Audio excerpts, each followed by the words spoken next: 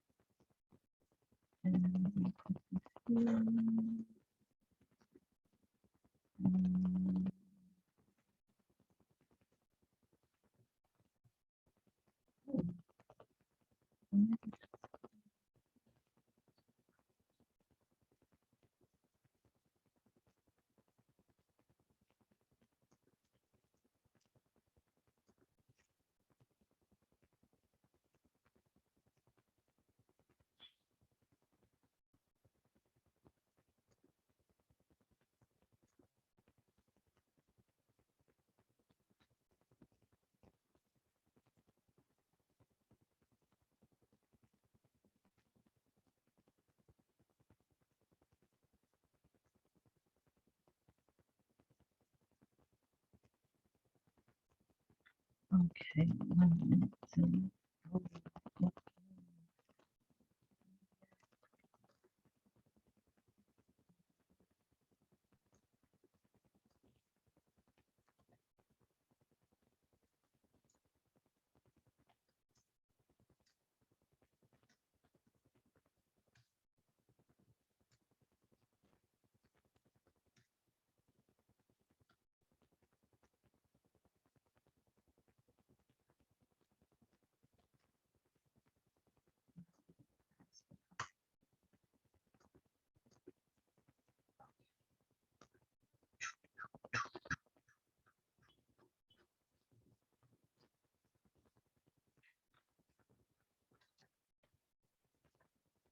Kind of move my camera a little bit.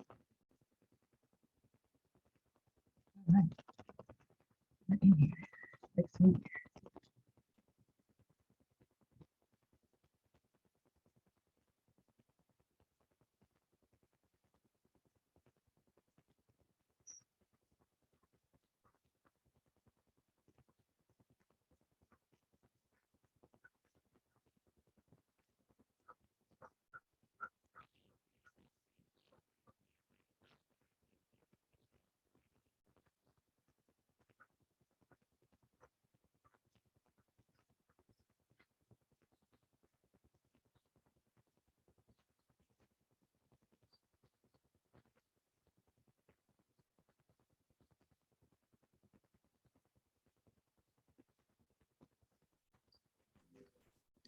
Hey, Jessica.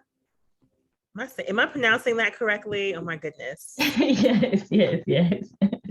No, you're good. Hey, how are you doing today? I'm doing wonderful. How about you? Good. Can't complain, honestly. Good, good. Well, thank you for having class tonight. Yes, definitely. I know a lot of folks can't make the AM session, so I'm like, you know what? I didn't even record the AM session, so it kind of saved me anyway. Like, you know what? I can redo this tonight. We'll see everything working out right.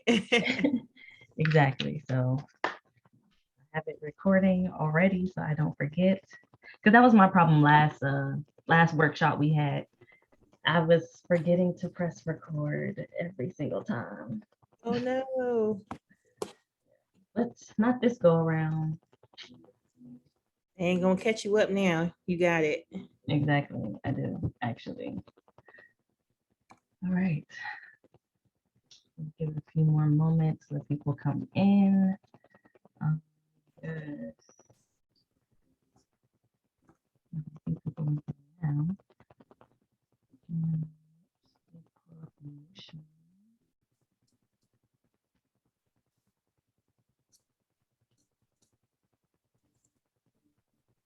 Ooh, I need to get my notepad.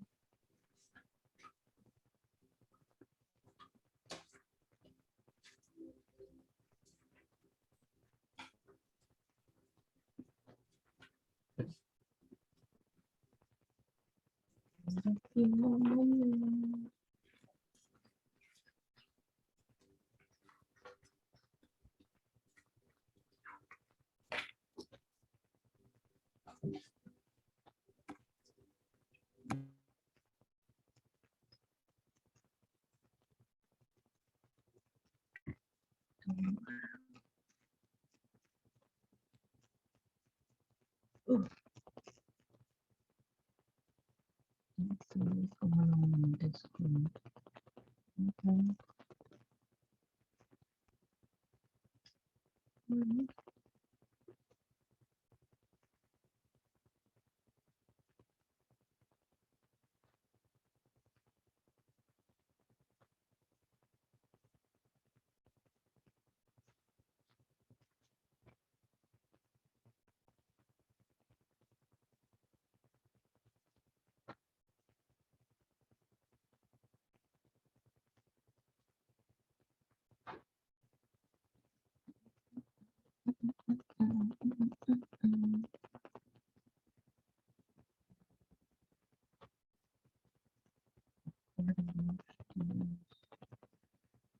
And we're about to start in a few moments. We may have a smaller group than what we had this morning, but that's all right because I get to re-record. So that's always a good thing for me.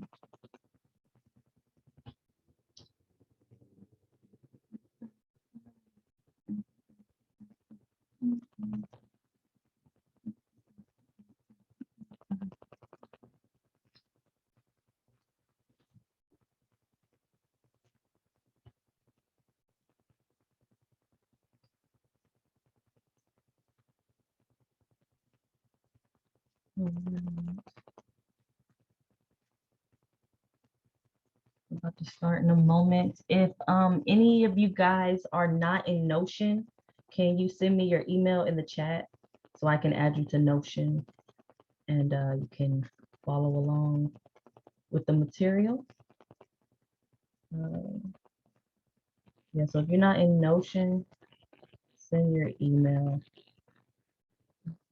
in the chat.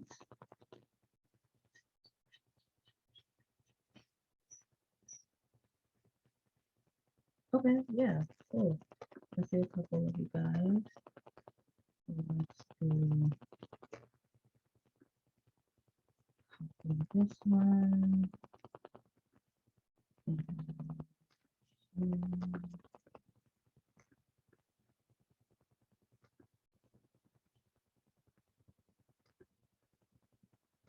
Invite. And then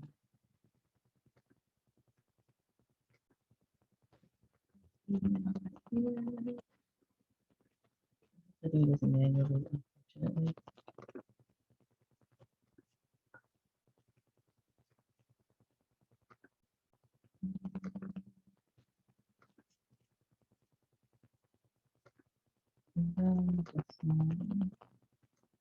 Thank you.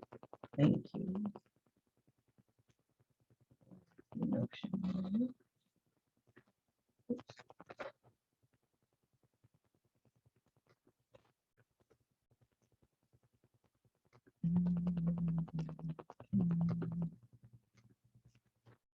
All right. So I went ahead and sent you guys the Notion invite. So just go ahead, check your email, get into Notion. Right now, you'll probably only have one page if you're new to Notion, which is the page I just shared with you guys. And that's all you need to have in your Notion for right now. You can definitely play around with it. It is something that developers use. It is a good like note-taking tool, uh, good to get organized and such. So yeah, that's what I use, and that's what we're going to use for this class. Now, I think I've waited enough time. Uh, they're just going to have to catch the replay, honestly. Let me just take a look at this message really quick.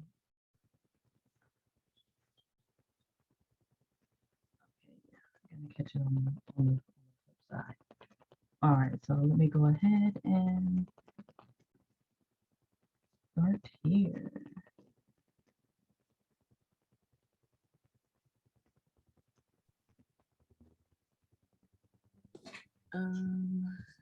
And I'm going to share my screen.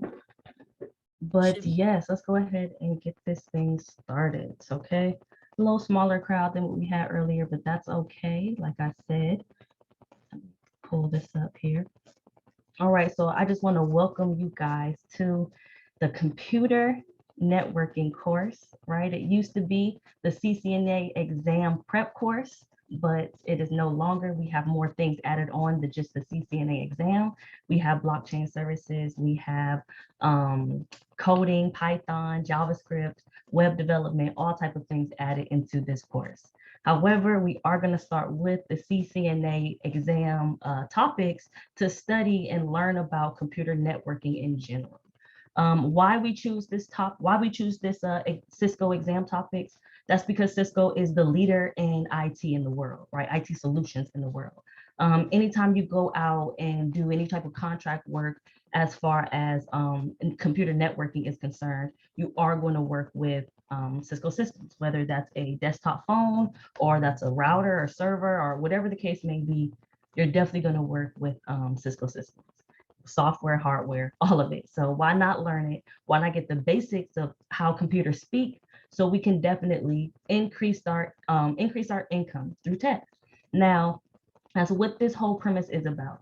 If you guys haven't already know my story, you know that I started this whole company, technically speaking, as you can see, just off of helping folks get their CCNA because I received mine with little knowledge, little to no knowledge about what computer networking is. I received my CCNA in 30 days, and that just propelled me. I was able to market myself and get these six-figure jobs that I really don't do much work, and I'm able to have this high salary just because I have the certificate. Now, you guys don't have to get the certificate. You can definitely use this knowledge and still go out here and get an IT job, but you must know at least the basics. You should be able to talk this out in an interview and explain how, computers network, right? So let's actually get into it. Like I said, this is a full course with this CCNA and other topics. So again, this is phase one. We're going to go ahead, go through the exam topics from 1 to 6, and then we'll move it along, right? We'll definitely do things as far as updating our resume and creating our work portfolio. So on our resume, we'll have hyperlinks to things that we've done, like build a virtual machine or tech writing or just things that can show that we are competent in the information. Okay. So how we're going to be learning is very interactive. I usually do these things like twice a year. So I do them live, and it helps with everyone learning and collabing together so they can retain this information and go out and get some type of IT job, some job that definitely propels where they're at right now. So that's where we're at, day one, right? So like I said, this is going to be interactive. We're going to collab with each other. I'm definitely going to teach it. You guys are going to hear it. I would definitely recommend you get a paper, get a notebook for this class, get a pencil or pen, and actually take down notes with your hand. That's great if you want to, type it in your computer or whatever, but I highly suggest you actually write this down because that's how you retain information. That's how I was able to retain information. I literally wrote down all my notes and I did transfer it to the computer. So it was like double the learning and reiterating. I also was able to speak it out. I would speak it out to myself and I would basically just have conversations with myself. And I think that you guys should link up with each other outside of me, have like a study partner. So you can, talk about what you're learning and how you guys are retaining it and how are you making it, make sense to you. I find that very powerful and very helpful. So yeah, and then we're definitely gonna have like virtual flashcards. Again, I think you guys should get like index cards and make your own flashcards. But I have virtual ones that we can use, quizzes that we're gonna take again to retain the information. So no worries, we're gonna all be here collabing. This is your very first time hearing about computer networking or CCNA. No fret, we are all here to learn. Please, please, please ask questions. My last class, a lot of people that was afraid to ask questions, and towards the middle of the course, it really got hard for them, and they had to go back and learn the beginning, right? So I don't want that for you guys. I want to let's move it. Let's have the same pace. And the only way we can keep at the same pace is if you are asking questions. I'm here for you. I am in Discord. Ask me whatever. 10 o'clock, 11 o'clock, 12 o'clock at night, it doesn't matter. Please, please, please, please, but I can only do so much. This is your success, right? I have my CCNA. I did the hard work. So I'm just hoping that I can give this to you guys and you guys do the hard work because I'm giving you the cheat sheet and you go out here and we live this good life together, right? All right. So I have put everybody in Notion. Let me bring up Notion here. Hold on. I see I have, oh, you haven't received the email yet? Let me see. Copy control. Let me, I'm going to share my screen first so you guys can see what's going on. 1, 2. Sure. All right, so you guys should see my screen and let's see. Is this your email? I think I spelled it wrong. Let me come back to the chat.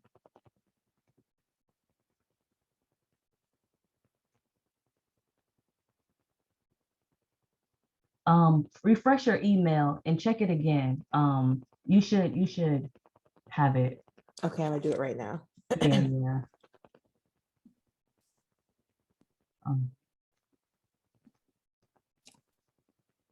But yeah, basically this is Notion, you guys. This is something we're gonna work out of together. This is where I'm gonna drop all the information.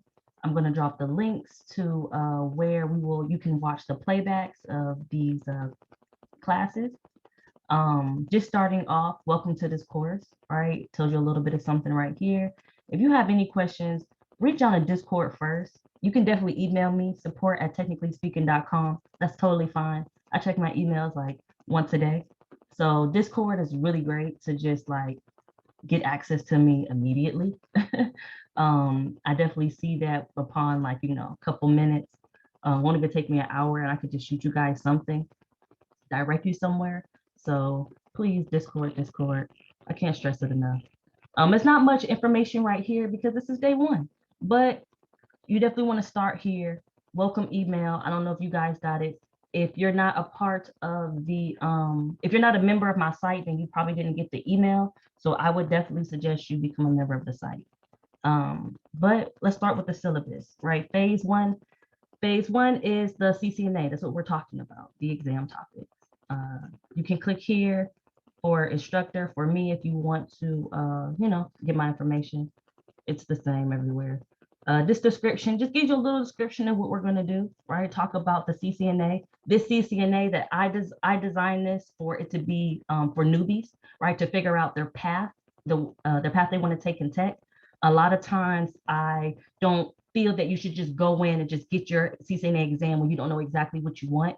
Just actually get exposed to all the little things like network fundamentals. Maybe you like to just configure routers or switches. Maybe you actually want to go out to do cabling, or maybe you actually like IP addressing. So those are different things that you don't necessarily have to have a CCNA to know, right? IP connectivity, security. Maybe you're actually into security. Maybe you want to do cybersecurity. Um, Maybe you want to do automation and programmability. Maybe you want to deal with APIs and JSON or, Python. Hey, so really this course is for you to just figure out where should I go in tech, right? And if you actually like want to go to network engineering or network administrating or system engineering, then yeah, get your CCNA, go and take the exam, right? So to enroll in this course, you definitely need to be a member of the TS site. Now, clearly we're all here, so you're definitely in the Discord.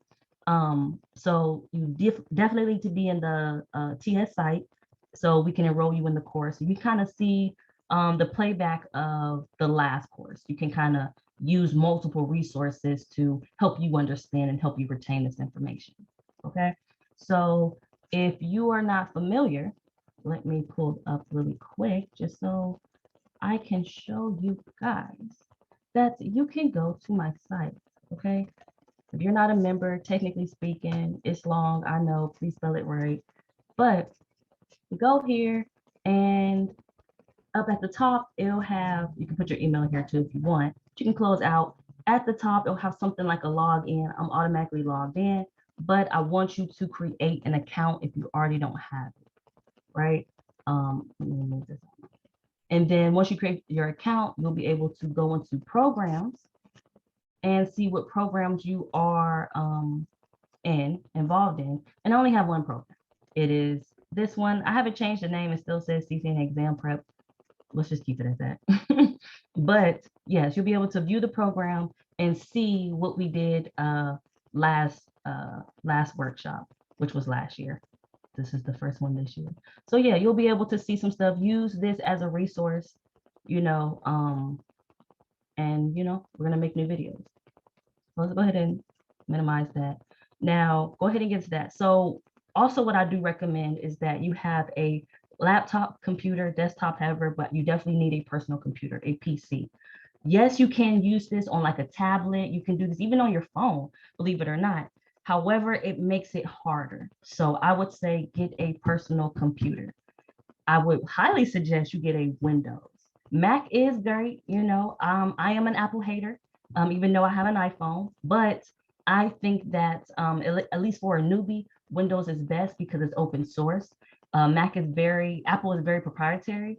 So like downloading certain things, they kind of don't want you to, and you might have to download Linux, and then you got to start learning how to use another operating system in tandem of that operating system, and you're a newbie. So that's like, it's a whole bunch. And Linux is not on the CCNA. So it's kind of makes it convoluted in your learning. So I would say, please use a Windows PC, but hey, whatever will do.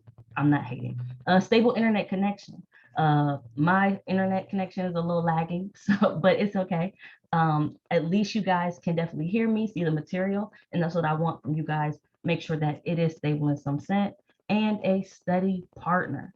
I'm your study partner for sure, but definitely get with someone in the course. Definitely get with someone that is in the Discord and say, hey, do you understand this part, or can you explain this part, or whatever the case may be.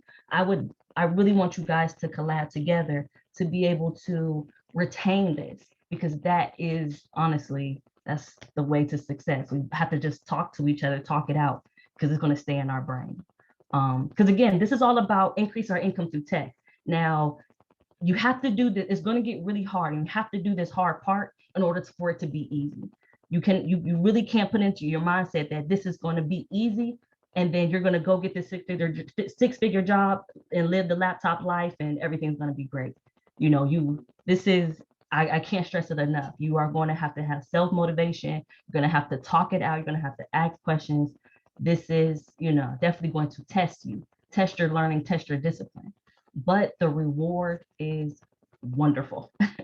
I cannot stress that enough. That is why I came out with this course. And that's why put a discount on this course because I really want you guys to be able to reap these benefits. And it's just as simple as just learning this information, right? So yeah, now readings for this, we will always use the Cisco book, the official Cisco CCNA book. It's not uploaded in here. I didn't do it in the Discord. I'm going to send it in the Discord, actually. Let me go ahead and do that now. Let's see, upload a file. Let me do that right now because I forgot to do that last class. And I know if I say I'm going to do it, and then we get like an hour into this and it don't happen. So let's see. We'll be at computer networking, and then we have that's volume 1. And then we're going to add another file, and that is volume 2. You know, the book is pretty thick. You know, if you want to buy the book, by all means, you definitely can.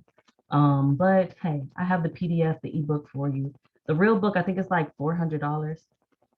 So you only have to just use the ebook.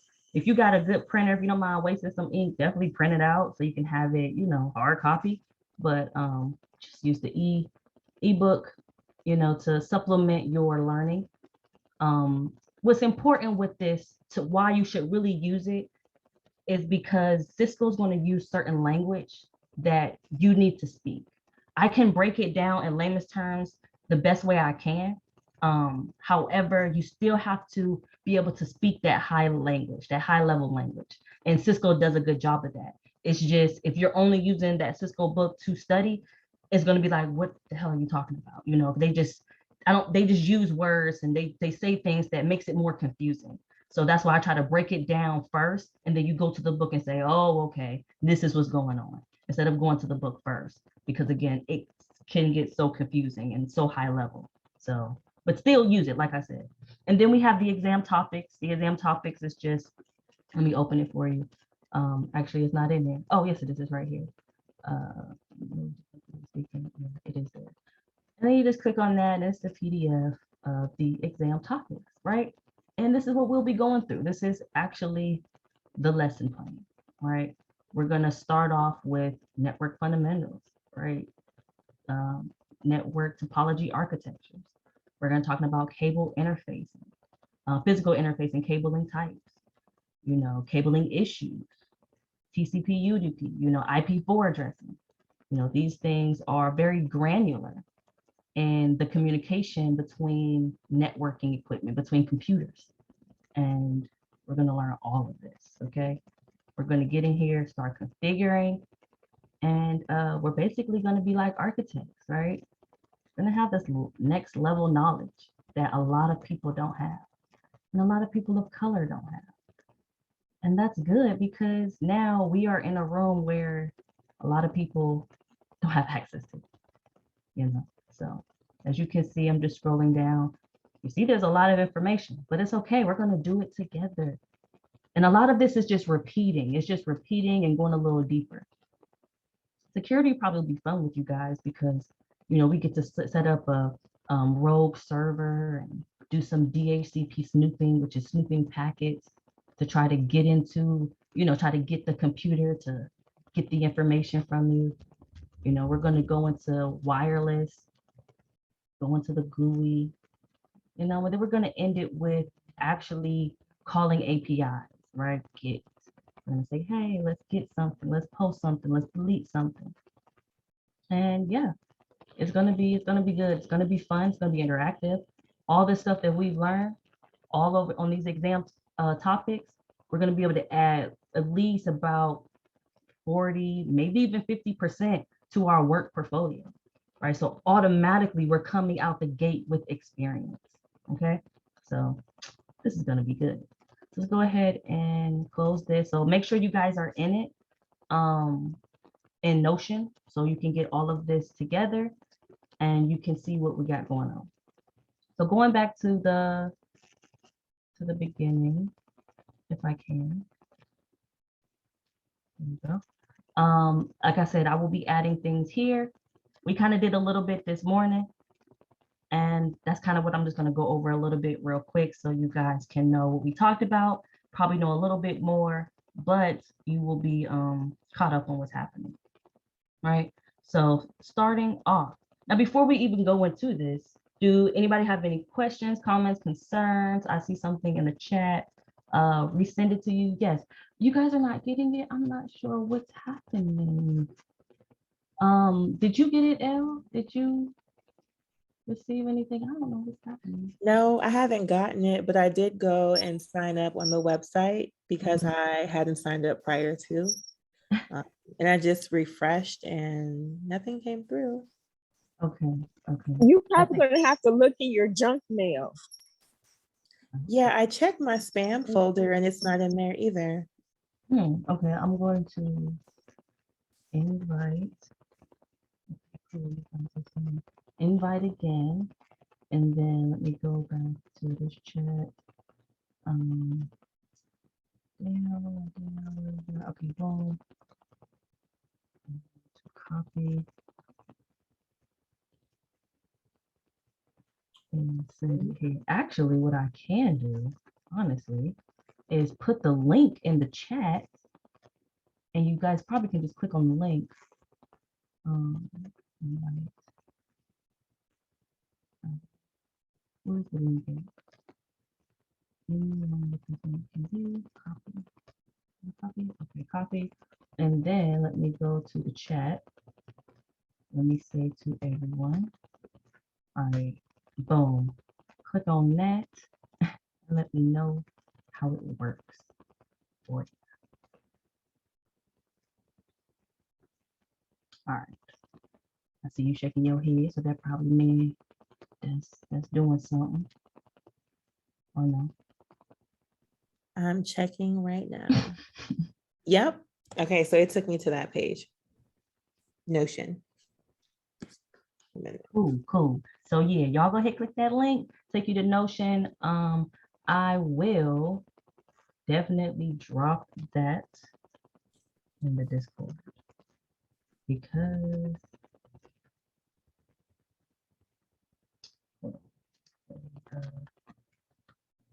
Notion.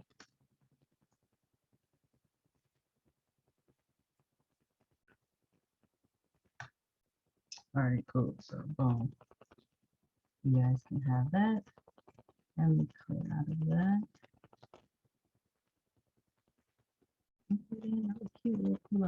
All right, cool. Okay, so cool. So no questions, comments, concerns before we move on. Everyone should be good with the link. Anybody have Yes. Yes, yes. Oh, I'm good. Yeah, I got it from earlier. Perfect. Okay. Then yeah, so we all gonna start off on the right foot here. Now, so one thing I want to do is what I did in the first class is really quick because we're talking about computer networking, right? You guys may say, what is networking? So, okay, right there in my Google, what is networking, right? We could look at the second definition, the linking of computers to allow them to operate interactively, right? That's exactly what we're learning. We're gonna learn how do computers interact with each other. And with us, it is on a level we're not really paying attention to. Like right now, we're talking. I just sent you guys a link. We're in Discord. We're sending messages. All that interacting, and we're all different parts of the world, right? Different parts of the United States, at least. How do we interact? It happens within milliseconds. It happens less than a second, right? We're gonna learn what happens in that second. And you saw all those exam topics, that is what happens in that second. It is a lot that happens in a second. We don't even pay attention to it, but we're going to learn those little things. And that is computer language is what we're going to learn. Now, I Googled this. Why did I Google this? Because I want you guys to Google everything. When I'm at my job, every contract that I've had, I've Googled. They say, hey, can you help me troubleshoot something? Can you restart the router? You know what I'm going to do? I'm going to Google, how do you restart a Cisco router? And then I'm going to find a a Cisco form that I'm going to read, and they're going to tell me, you know, syntax. They're going to tell me what configurations to put. Then I'm going to find probably a Cisco like help desk page to where it actually gives me step by step on how to restart the router. So Google that shit. Okay. I cannot stress that enough. GTS should be on your forehead. Google it. Please Google it. Please. Google saves lives. Okay. Google keeps you in that six-figure job. I cannot stress that enough. So when you the first thing you think of when you read something and it's confusing to you or you don't understand it, like I said, Google it. Google the word. Okay. And then come up with your own, try to synopsis and then talk it out. And then, you know, we'll come to what's reality. We'll come to, you know, what's fiction, what's, you know, fact. So again, please Google, please Google, please Google, please Google. Okay, whew, I got that out. Now, let's go back to Notion. And we have our lessons, right? Now, our lessons is what is a network. Let's go ahead and click on that. And we have a PDF. And I'm surprised the PDF of the OSI model is not here, right? So I'm not going to read this all. I do want you guys to read this on your own time, but I am going to skim through it, right? Because it is important to have a overall knowledge before we move on to Packet Tracer, right? So a network is a collection of devices, two or more, that share information between each other. Okay, so we already did the Googling of what a network is. Computers talking with each other. That's all it is. Okay, now these connections between each other, they can talk between wired cables or wirelessly, or wireless. We kind of know that already because most of us is probably not, you know, hardwired into our modem or hardwired into our router. We probably are using a laptop that is on Wi-Fi. So most of the time, you probably go into your job and you probably have a desktop computer that's actually connected with the Ethernet port, all that good stuff. So you can do one or the other, right? You can, as long as you connect to the internet, you are talking. Even if you don't connect to the internet, you still can talk to a computer on your network, but we'll get into that. Now, a wired connection, right here, a wired connection, the most common connection is referred to Ethernet. So when we say Ethernet cable or whatever Ethernet, I don't know how you guys probably heard it, but you probably heard it like Ethernet cable, Ethernet port. But we already know what it is. That's the you can say that's the cable that you plug into the wall, plug into the router, or plug into your computer, plug into your router or modem or something, right? Ethernet cable. So Ethernet is a technology consisting of data being transmitted through the wireless, through cables, right? Through wires or cables. So when we say Ethernet, that just means that it is technology that's being transmitted through these wires, right?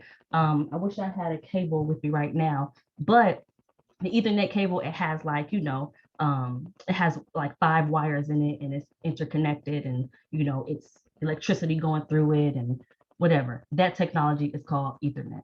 Right now, Ethernet is actually governed. We have Ethernet police. They're called the IEEE. They are the Institute of Electrical and Electronic Engineers. Okay, these are, we call them the internet police, right? They tell us what we can and cannot do on the internet, right? So IEEE, they gives us the standard. Now, the standard of Ethernet is on a document called 802.3. So you're going to hear that a lot. They're going to say, hey, 802.3.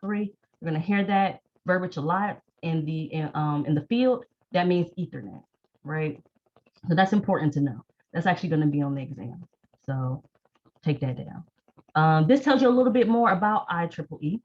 And it's telling you that it's an association, right? They're dedicated to advancing innovation and technology excellence for the benefit of humanity. Right, a whole bunch of that. So you can read that. I even brought you a nice little link so you can kind of know who IEEE are. I just call them the police because they are the internet police, right? They tell you what you can and cannot do on the internet, right? Wired or wirelessly. Wired is 802.3. Wirelessly, right? The IEEE regulates the wireless technology via a document called 802.11. So that document is telling you how we're going to govern wireless connection in the world, right? So they may say, like you can see, a wireless connection allows devices to connect to each other, but just over radio waves instead of physical cables. So they kind of tell you which radio waves you should be on, which radio waves is best to be on, how many channels you should have on each radio wave. The IEEE tells you all of that, and you have to abide by it, or you know your network's going to get shut down. So as an architect, we have to understand this document. I'm not going to go into it, but I suggest you remember that 802.11 equals wireless and 802.3 equals wired. Okay. If you remember that, then cool. You know, all the other words that's asking the question, at least you know that 802.3 means Ethernet and 802.11 means wireless. So whatever question they form, you already know what, you know what I'm saying? They kind of go hand in hand. So yeah, so going in, right? A simple network, right? For instance, a simple network is what we're on, like in our home office. We're probably at home right now. And that's our network that we're on. That's our local area network that we're on. We have our computer, and whether that computer is a laptop or a desktop, we have that computer that has a NIC card built in. So we're right here. If you have a network interface card built in, so we're talking right now, we're clearly talking via the internet because you wouldn't be able to hear me. I wouldn't be able to hear you if we weren't. That means that your laptop or your desktop has a NIC card in it, a network interface card. It's just a card that allows your computer to actually get on the network, on the internet, and talk to people outside of your network, right? If your laptop or desktop does not have a NIC card, then you know nothing's gonna happen. You're gonna play solitary on it. That's what you're gonna do. But what I definitely, well, I was gonna say how to build a network because this was my first document. So I definitely had a video on how to build a computer.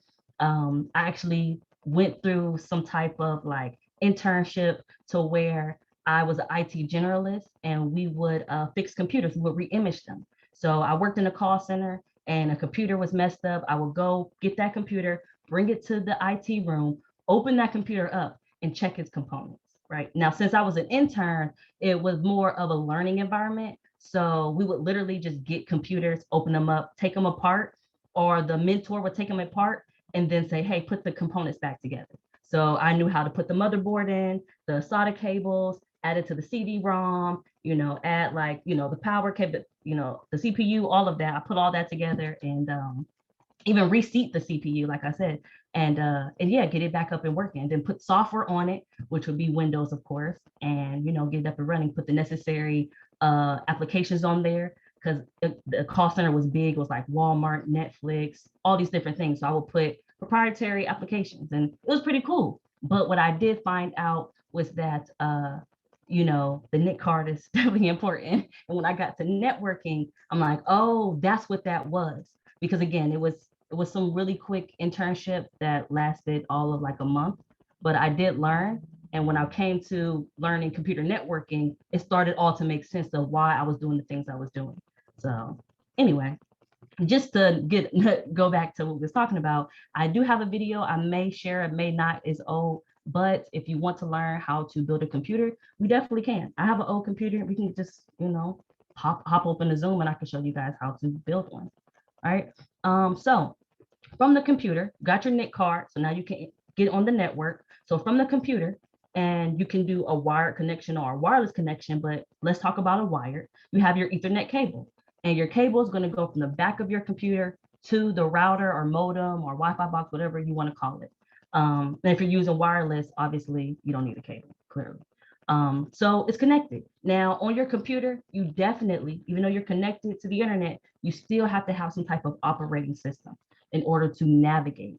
The operating system can be anything. Like I said, Apple, Android, Windows, Linux, whatever you are comfortable with. Most of the time, we're comfortable with Windows. I'm comfortable with Windows. Like I said, I'm an Apple hater, so whatever. You know, if you like Apple, big ups to you.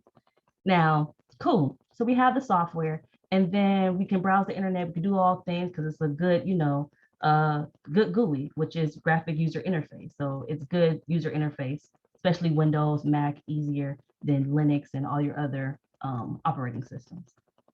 Now we have that on a computer. We have all that. Now we can access, now we could talk outside of our network.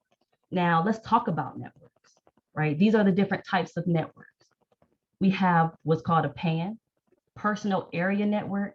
Now it is what it sounds like. It's just personal. It's just a type of network that is managed by one person and usually found in your residence, like your home. So a PAN includes your computer, your modem, and your mobile phone or your tablet. So small businesses can be PANs. We're PANs right now. You're probably just in your house, at your computer. So that's a PAN. Next, we have a local area network, a LAN. It connects a group of devices together, right? But across short distances. So it's between buildings or, just something in close distances. So probably like something that's managed by like an enterprise. So maybe T-Mobile has an office here in Houston, and they have like two buildings, one on the north side of Houston, one on the south side, so that'll be like a LAN. That'll be their two LANs. And maybe they'll have something in California, that'll be their LANs, right? Or even they can have a wireless LAN, right? If you see here, a wireless local area network, it's just like a LAN, but it's wireless. Instead of connecting 802.3, we're going to connect 802.11, right? Wirelessly. Then we have a campus. Hold on. Scrolling too fast. We have a campus area network, a CAN, right? It's another network, straightforward, right? It's just a network that is designed for campus, designed for school districts like universities. So they are like LANs, but a little larger because it's university. So when you see CAN, that means that is typically a school, right? Some type of school. We have a MAN, a metropolitan area network, right? This is both a hybrid of both a LAN and a WAN. A WAN is a wide area network, right? A LAN collects, a LAN basically connects multiple LANs together, as you can see down here. A LAN is larger. So like I said, T-Mobile. T-Mobile has an office in California and in Houston and in New York.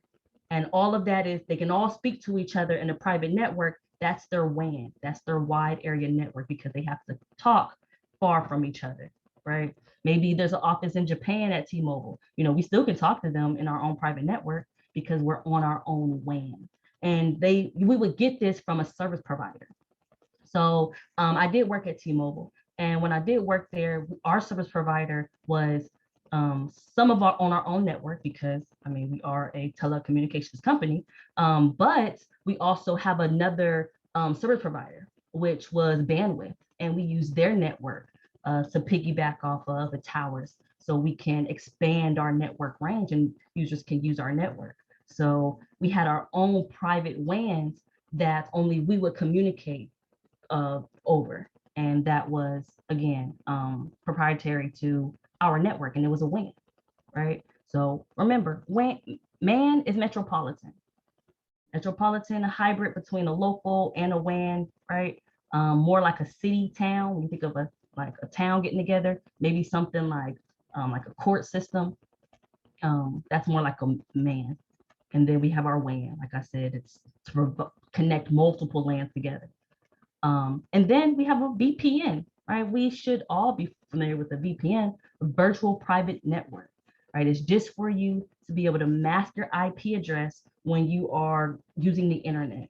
It's really used for when you don't want your internet service provider to know what you're searching, right? It's more like a data protection. You want to protect your security, because you don't want someone to, your internet service provider to be like, oh, well, you're looking up this or you're looking up that. Like, leave me alone.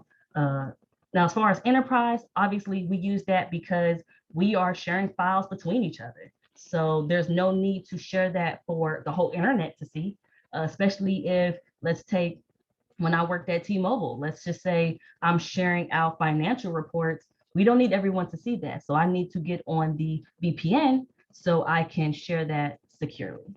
So that's that. Now, these are a lot of different networks. I suggest you get familiar with them. The biggest ones are LAN, local area network, WAN, wide area network, and VPN, virtual private network. Those are the really big ones, right? We can throw in wireless local area network. You can throw that in because it's wirelessly. But like I said, you definitely want to kind of know the difference when somebody says a pan or a man or a can. You kind of want to think about, okay, that's probably campus or something in that sort. But as far as the exam goes, they're going to talk about LANs and WANs and VPNs out the butt. So make sure you brush up on at least those ones for sure.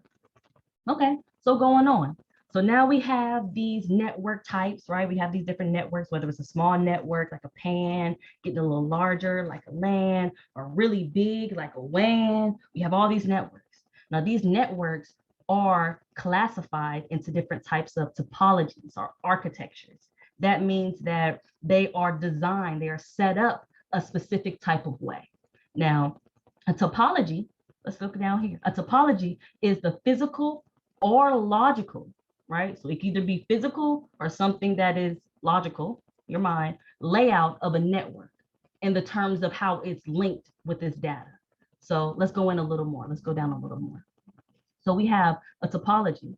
Let's look at this topology right here. It's called a bus topology. It's a single communication line for data transmission. So that means that these lines right here, these circles are network equipment. They're going to represent some type of network equipment. These lines is going to represent a data connection. That's like, let's just say that's a cable, right? That's going to represent an Ethernet cable.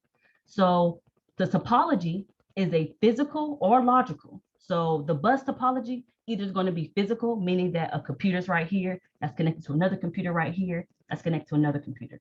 That is the architect. Or the bus topology can be logical, meaning that, hey, they may look like this. They may actually be they may be set up in a lab or in a room like this, where there's 3 computers, they have cables, and they're connected to this one equipment. But they send data in a straight line, right? They send data logically in a straight line to where one is one after another, right? So it may be this one go, that one go. Or maybe this one here, and then that one go here, that one go there. It just depending on, the way the data is going. But it doesn't necessarily mean that, this is not a bus because it's a logical layout or a physical layout. Again, it just depends on you as the architect. And if you're not the architect needs to explain that, right? Because we don't know what's in the architect head. But again, this is exactly, architecting. So let's look at another topology, a ring topology. Consists of devices that are arranged in a circle design. It's similar to a bus topology, but a closed loop. So it just keeps going and going and going. Data just flows all through these, right?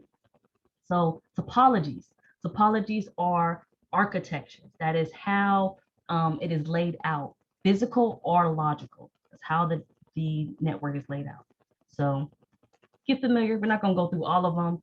Topologies are important, but I would say it makes up like 2%. It's more fundamental. It's not like, they're going to have these questions on the quiz, but you should at least know what a topology is and know kind of a little bit about it. Like, okay, a bus, straight line. That's how I look at it. How does a bus go? A bus is just straight up and down. It's just, big. So boom, bus topology. Ring, what does a ring look like? It's circle, it's just a loop, right? There's no breaks in a ring. So automatically I'm thinking that the data just goes in a circle, right? So kind of, do that, kind of look at it in that way.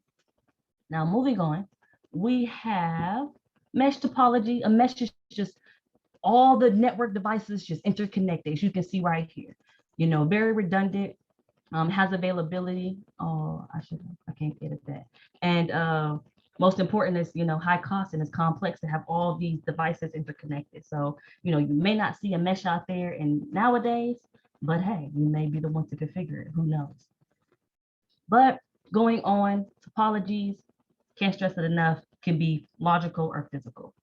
It's just how the architect has laid it out. Now, when we're talking about going deeper into architects, because we talked about topologies, let's actually talk about architectures. There's really only 2 structures. So we have a 3-tiered structure and a 2-tiered structure. Let's look right here. So a 3-tiered structure is a core layer, a distribution layer, and an access layer. This is how our network is architected, right? We have our topology, which can be a physical or a logical, right? Now we have our architecture, which is how the data is actually going to flow. So we always have our access layer. Our access layer is always at the bottom. What is access layer? Access layer is any device that can connect to our network. It is the access to our network, period. Access layer. Distribution layer. Distribution layer is all about distributing, filtering, forwarding that data as fast as possible, right? Well, I wouldn't say as fast as possible, but it's definitely about filtering and forwarding, because now we need to see, do you belong here? Can you be here? What's going on? What's happening? For instance, someone has a computer, connects to the access layer, and decides that they're going to go to facebook.com, reddit.com, some type of social media site, which is banned. So once the distribution layer get it, they're gonna be like, whoa, no. And then you're gonna get an error, 404 or something, 502. I don't know, you're gonna get an error. So that's what the distribution layer is for, to filter forward. And then the core layer, it's just to send the data as fast as possible to whatever it needs to go, which is most likely outside of the network, right? Most of the time, this is like out when you see the core layer, at the top of the core layer is like a cloud, which represents the internet. So we're gonna access the network by the access layer. Then our data is going to get to the distribution layer and say, where should you go? Where should you go? Do you want to go to finance department? Do you want to go out to Japan and talk to your vendors? Do you want to go talk to your mom? Like, what's happening? And then the core layer says, okay, let me send it out as fast as possible. Again, this is happening in a millisecond. This is like, so moving on, right? That's the first architecture. The second architecture is called collapse architecture. It's for smaller networks. Maybe you don't need all that 3. You just need 2. You just need an access layer, access my network, and then the core and distribution can work together to filter, forward, and send it as fast as possible. That's for small networks because they don't have all that money to be having all them servers, all them routers. Just send this data, right? And I don't have a lot of data to go through my network because I'm a small business. So collapse architecture is for smaller networks. Please understand these 2 architecture types. You will be asked that on the exam. You'll be asked that, period, So you should know this. You should know what type of architecture is going on in, different networks. At least be able to talk to it, right? We will talk about this more and more. Don't think that this is the last time you're going to hear this. We're going to talk about this more and more. And you're going to start thinking like, oh, okay, I get it. Probably 3 weeks in, you're gonna be like, I remember what you said on day 1. That makes sense now. That's just how I go. I'm sorry that, you kind of get a little, it's like knowledge dump. And then you start to actually decode it later on. And that's just how it is, because this course is like a 4-year course. It's like a 4-year degree, a computer science degree. This is what they teach, low key. And we're about to learn this in 6 weeks. So it's definitely about to be a knowledge dump. It's basically about to be a lot of information overloading your brain. Honestly, if you're not sleeping, eating, and breathing this, then hey, I don't know what to say, because you have to. This is a whole new language if you guys are not already familiar. But moving along. So this is network basics. Ending it, we're going to talk about cables specifically. There are 2 types of cables in a network: copper cable and fiber cables, right?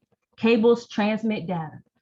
Even though we work wirelessly, we love Wi-Fi, we got our phones, we got our tablets, we got our laptops, there's still cables in the network. You're connecting to a wireless modem to a Wi-Fi box that's connected via your Ethernet cable. So no matter what wireless you want to say, we still operate off cables. And those cables help us transmit data either in a copper way or a fiber way, right? So the cables, they transmit data through electricity, right? That's the most commonly used cable is the copper cable. And we call that a Ethernet cable, okay? If you take a look, it looks just like this, right? You see these little wires? This is exactly where the data, the electricity is being transmitted. It's transmitting ones and zeros, ones and zeros, ones and zeros, binary, because the computer only can read 0 and 1, 0 and 1, 0 and 1. So 0 is off, 1 is on. So they decode this, they say off, off, off, on, off, on, off, off, on. And in our language, it's going to turn into, hey, mom, how are you? Or it may turn into, what is the link to the class, right? But for the computer, for the network cables, the Ethernet cables, the data that's being transmitted is that sentence or that paragraph in zeros and ones, zeros and ones. We will talk about that. We're actually going to get into that probably in the next lesson. Depends on how far we get. But you'll definitely learn ones and zeros. You're going to talk ones and zeros. Okay. So cables, copper cables. We have 3 types of copper cables. We have a straight through, a crossover, and a rollover, right? That means that the cables inside the wires, if you look in this picture, these wires inside this head is either straight, meaning that if you look at this diagram, they go from left to right, or right to left, however you want to say, they're just straight. That's how the cables are configured or placed in that cable, or how the wires are placed in that cable. I don't know how I want to say it. Then we have our crossover cable. That means that, let me scroll down here so you kind of can see it. That means that in this same little area, the cables, the wires, because if you kind of can look a little bit, you can see that these wires are they're different, right? So these wires are crossed over. So one would actually go into 3 pin, right? The third pin over here will go into 1 pin. This is actually very vital that you actually know this information. This is on the exam. You should know this period, honestly, regardless if you take the exam or not. But for my exam people, you need to remember this. You need to know a straight through cable. That means that 1 pin connector A goes with connector B is 1 to 1, 2 to 2, 3 to 3, 4 to 4, right? And it's the connectors. That means that this is one side. Hold on, let me see. Let me see if I can get a cable for you guys. Hold on.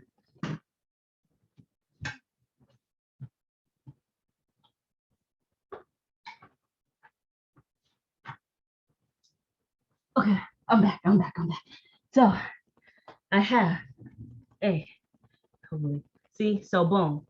This will be side A, this will be side B. When you make cables, because one of my contracts, I actually had to make Ethernet cables because we ran out, so I had to make them. So I have a video on that too. We're gonna make some cables. But anyway, you have 2 sides. Can you see that you have A and you have B? So this side, the pins are set up 1, 2, 3, 4, 5, 6, 7. That means that orange and white is 1, orange is 2, white and green is 3, and that's actually the colors in this pin. I can take this off and look at these colors, and they're actually set up like that. I can't really show y'all because whatever, but they're actually set up like that. And then crossover cable means that the orange one actually goes to the number 3 side, right? So again, it's just these wires inside of this connected. And the only way you can tell once you actually create these cables, because what you'll do is you'll probably get, like, in the office, they'll have some wires like this, that's probably like 600 feet long, and you'll take it, you'll cut enough of however long you want your cable to be, and then you will strip the ends. You'll get these little wires, you'll push them out. You'll put this RJ45, that's what this clear thing is called. This clear thing over the wires is called an RJ55. You'll put that on into whatever you want to make it, whether you want to do a straight through, a crossover, it's up to you, right? Or even a rollover, right? So for all my exam folks, I suggest take a little deep dive in that. If you want another like deep dive like session, I don't mind teaching that because it took me a minute, but once I was building Ethernet cables, I know this like the back of my hand. Now, rollover cables, they do the exact opposite of straight through cables, right? So they, instead of 1 being to 1, 1 is to 8, like it's just rolled over. That means that these cables on the inside are rolled. They're rolled. That's all that means, okay? So learn those 3. Learn those 3, I'm telling you. All right, so I even said as a network engineer, you may be tasked to create an Ethernet cable. So it's important that you understand the different types. Here's a cool video of a friend of mine creating the Ethernet cable link. Yeah, we were creating cables one time in my contract. It was really cool. And link, yeah, I don't have the link here. You know, I was taking some of my videos out because they were kind of like a little low quality, but whatever. So keep going on with copper cables. With copper cables, they are, you know, there's three types, right? We got the rollover, we got the straight through, and we got the crossover. Okay, make sure you know the difference. Now, with those three types, those can either come in an STP, which is shielded twisted pair, or UTP, unshielded twisted pair, right? STP just means that there are shields around the cables, right? They're little like full little lumifull things around it, right? Little wrappers. Obviously, unshielded means that it's just out in the open, right? Now, the shielded twisted pair usually cost more because I mean they are going to stop any type of interference. So if you have a cable and maybe you like to twist it up, you know, or maybe if the cable is on the floor and you're walking over it, if it's unshielded, the cable is going to go, it's going to probably get weaker in the connection, right? But if it is shielded, then the cable will last longer, hence why it costs more. So in the network, you're definitely going to see more unshielded twisted pair. That's just because, you know, it's always cost effective and they wonder why things don't work. But regardless, boom, that is something you should definitely know the difference between unshielded and shielded. You may have like a question or two on the CCNA about it, so know about it. Now, we're done with copper cables. Let's talk about fiber cables. Fiber cables, also known as fiber optic cables, which you may hear when you probably move into an apartment. They're probably like, oh, we have Wi-Fi speed fiber optic cables, AT&T, Verizon, whatever. You're like, yeah, that means that data is being transmitted through light. So it's made up of like glass and plastic fibers that house light. So light shines through, and light is the carrier of the ones and zeros, right? And there's two types of fiber cables. We have single mode and multi-mode. Let's scroll down here. So single mode is a single strand of glass fiber that supports one mode of transmission.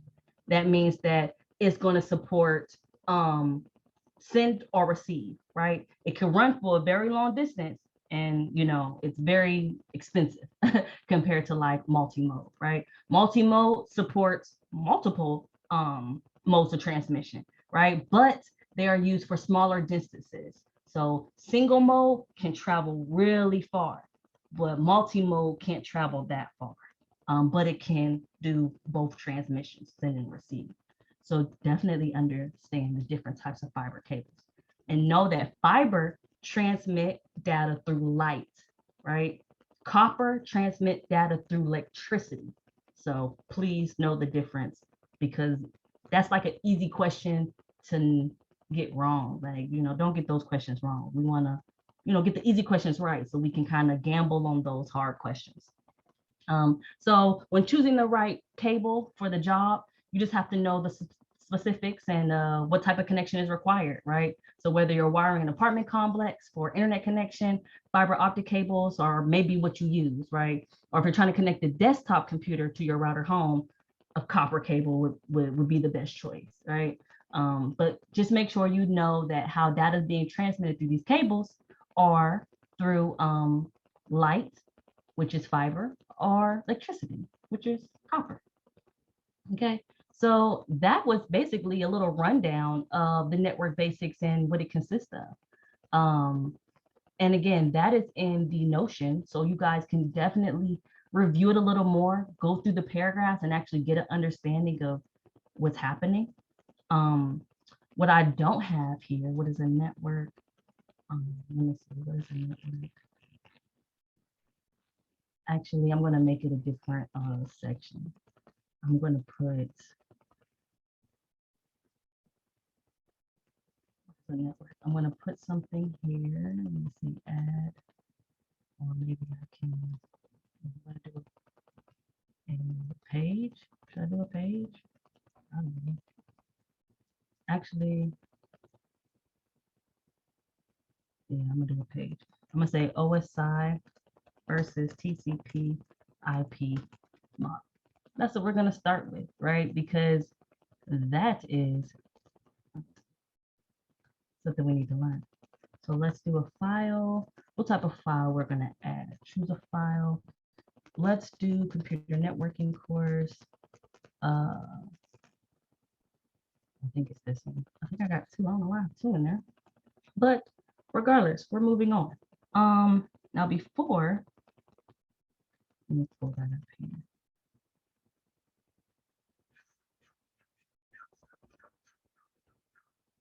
All right.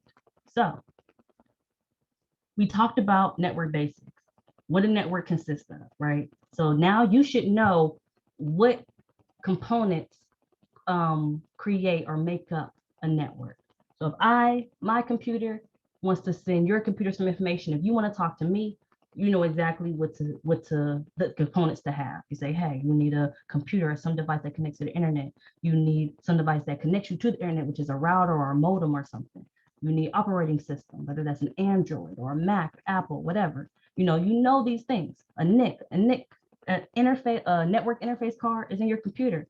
It's even in your phone, it's even in your tablet. Like I said, if it connects to the internet. So you know all these things. So with learning the networks, let's actually discuss how data is actually transmitted through the network, right? Because it's transmitted in ones and zeros. But what we have is we have a model, which is called the OSI model, or older model, which is the TCP IP model, which we'll go in. These are frameworks to understand how data is transmitted through the network, because we have to have some type of visual, some type of basic foundation of how I'm going to be able to send you good morning gorgeous, right? So how do we do that? Boom, let's start with the OSI model. It's short for the Open System Interconnect. It is a model created by the International Organization for Standardization, the ISO, and yes, it should be, okay, I tried to make a little joke, but ISO is independent, right? It's not a government organization or anything. It's an independent organization, and they basically use this as a benchmark to model design and how we are going to troubleshoot, how we would troubleshoot networking issues. And it has 7 layers, and it's an up and down approach. So let's go to that approach.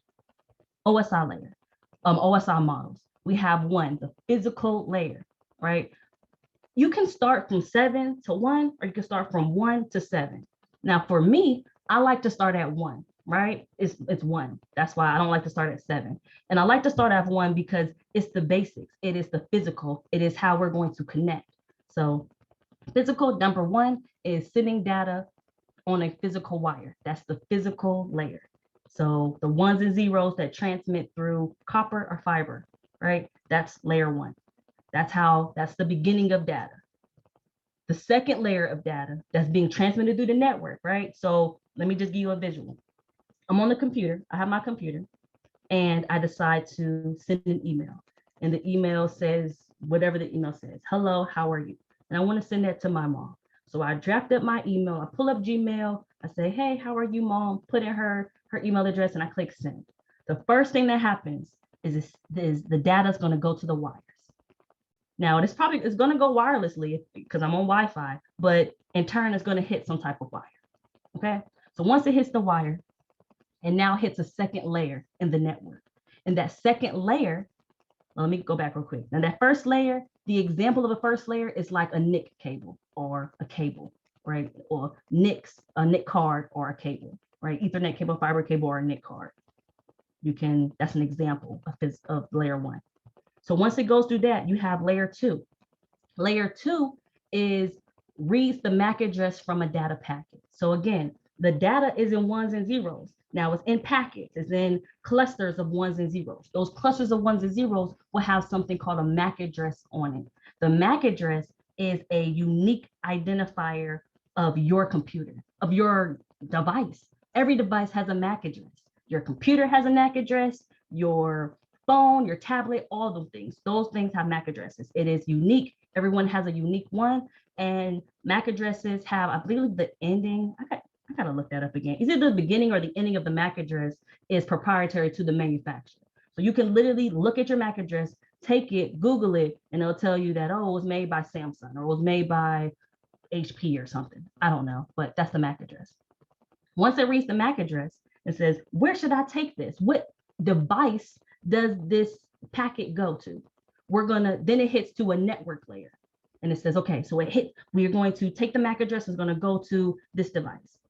Now the network layer has come. It's network layer 3. Layer 3 is IP addressing. Again, we'll talk more about MAC. We'll talk more about IP addressing. This is just to get you familiar with this language. So it may be a little overwhelming or go over your head a little bit, but stay diligent. So we have a network layer, layer 3. It reaches the IP address in the form of a packet. So IP address is, 192.8.8.12, right? Everyone has their IP address. We can look in our terminal IP config and look at our IP address. We'll do that later, don't worry. But it has the IP address. So that means that it's routing over the internet. Data, MAC address, means it's not on the internet yet. It's just in the network. Network means, oh, I'm trying to talk on the internet. Layer 4, transport, is either going to be TCP or UDP. It's the protocol on how do we transport this data, right? How do we transport it? Are we going to do TCP or UDP? TCP means that we're going to have a handshake. We're going to say, hey, do you want this data? And the other device is going to say, okay, yeah, I can take this data. All right, I'm about to give it to you. That's TCP. UDP is just like, I'm about to just give you this data and hope you get it. That's usually radio waves. Radio waves don't need a handshake or, any type of, hey, acknowledgement. Radio waves just blast out and whoever gets it, gets it. That's UDP. So you probably won't use UDP unless it's a broadcast, a public service announcement, you're sharing it to everybody. So that's the difference between that. So once we figure out, are we going to do TCP or UDP? Now we have to have a session, right? Session is layer 5. Session is exactly what it sounds like. It is the connection. When does the session start? When does the session end between two folks, right? Let's think of a YouTube video. YouTube video is 3 minutes. So the session going to start at, 0.000 and end at 3.0565 or whatever, that's the session. After layer 5, we have the presentation. How is the data now being viewed by the user? Is it encrypted or decrypted? So let's go all the way down to our physical one. What do? We were sending out an email. So now presentation is going to perform in some type of HTML format that actually comes out into a readable, hey, good morning, how are you, mom? Right? Now the seventh layer is application. That's just, again, where the end user is going to use it. And I just said the end user is going to use it on Gmail. So whether that's the Gmail app or gmail.com, that's the application. So as a network engineer, I only deal with 1 through 4, right? 1 through 4. 5, 6, and 7 is for software developers because this is all about how the look of it is. And usually as a network engineer, we kind of don't care about the look. We just care about, can this data get to where it belongs? We can use the dev team to figure out what it looks like for y'all. But we are, in this day and age, they like network engineers to know a little software development. So I suggest you get familiar with this whole layer. And again, it's a framework on how data is being transmitted. This whole thing, 1 through 7, happens in a millisecond. It happens like this. But all these things have to happen before it happens like this. We got to get it to the wire, reads the MAC address, reads the IP address. Is it TCP or UDP? What's the session? How long is it? Should I decrypt it or encrypt it? And then the application. That happens in a second, less than a second, half a second, right? And it's so many things, so many components. I think that's cool. I don't know if y'all think that's cool, but I think that is freaking cool. But yeah, moving along. So again, I'm not gonna read all this. I want you guys to do your own reading, but it goes a little more into these layers so you can kind of see what's happening, right? Again, I'm not gonna read all this. I would like you guys to do some reading. Now, we talked about TCP and UDP. TCP is a handshake. Synchronize and acknowledge, and then acknowledge, okay? So TCP is Transmission Control Protocol. That's what it stands for, Transmission Control Protocol. That means that we must have a three-way handshake. So when you see three-way handshake, think of TCP. When you see TCP, think of three-way handshake. That means that I need to synchronize. I need to synchronize with you. Hey, I got this, right? And then I need an acknowledgement. Oh, you got that? You can send it to me. Okay, I'm about to send it to you 3 times. They call it the three-way handshake. Whatever. You just need to know that that's TCP. Okay, so sync, act, and act from the sender to the receiver. And the opposite is UDP, User Datagram Protocol. Compared to TCP, is more about speed than reliability. Once you use UDP to transmit data, that means that you just care about it getting there as fast as possible. You don't care that it actually gets to where it needs to get. You know, TCP means that no, it needs to get to that person. I don't care about I don't care about speed. It needs to be reliable, right? And again, UDP is used for like broadcasting and stuff. So no one's really going to use it because they want their data to go exactly where that data needs to be. So it don't require a handshake. UDP is just like, take it. I don't care if you don't catch it. So, you know, that's cool in some sense. But, boom. UDP, broadcast, voice. I am specifically a voice network engineer. That means that I deal with voice over IP, internet protocol. So I literally take your analog voice, transmit it, digitize it into, so it can broadcast over the internet instead of over radio waves, telephone waves, right? So that's quick question for you. So when you say you do the voice, so like when you call the bank, well, are you talking about when you call the bank and then they be like, my voice is my password or whatever? In a sense. So basically what I would do is first thing is when you call the bank, I am the one to ensure that that call gets to the bank's network, right? Because that 1-800 is going to be behind that bank's network. They're not going to use like some other network. They're probably going to use something that's proprietary to them because, you know, it's a bank and it's a corporation. So I make sure that the call can come through, your telephone call can actually come through the internet service provider or a public switch telephone network provider, which is telephone networks. I make sure it comes through that into our network. So when it gets into your network, your voice, your audio, you may hear IVR. I'm the one that scripts that IVR. So I will put into place, hello, thank you for calling, you know, Chase Bank. Press 1 if you want to see your balance. Press 2. I'm going to set that up. And then once I set that up and you actually talk to a representative, I'm the one that facilitates you talking to the representative in a call center manner. So when you think of like customer service or when you think of just a company using their telephones, I'm the one that manages that type of network. I don't do too much of just the internet. I do like, you know, the voice. Oh, okay. Because yeah, it's so funny. I want to speak to a representative. Exactly. I'm the one that's going to code that and she's going to say, hey, representative. Yeah, okay. Yeah. Gotcha. Okay. It makes sense now. So that's why I tell people to learn this information because I'm literally scripting out customer service representatives. So I'm literally, you know, creating the intelligence to where you are out of a job if you are a customer service agent, because now we don't need you to answer the phone. We have the robots and we can get that filter out and actually come to, you know, probably the managers or someone else that can answer the phone. We don't need like low level or receptionists or things in that sort. So I really try to tell folks like you really need to kind of step out of customer service and learn more tech because, you know, customer service is really just honestly being depleted by robots. And why not be the one to learn how to create that robot, right? And that's what I do. I create robots. So okay. I remember you. Well, I always remember you when I call. Like, oh, just do this. Exactly. You're gonna get that call and be like, oh, okay. I know what she's saying. It's gonna start to get to you, and then boom, you just keep going through the course, and you're gonna understand how the mechanics work.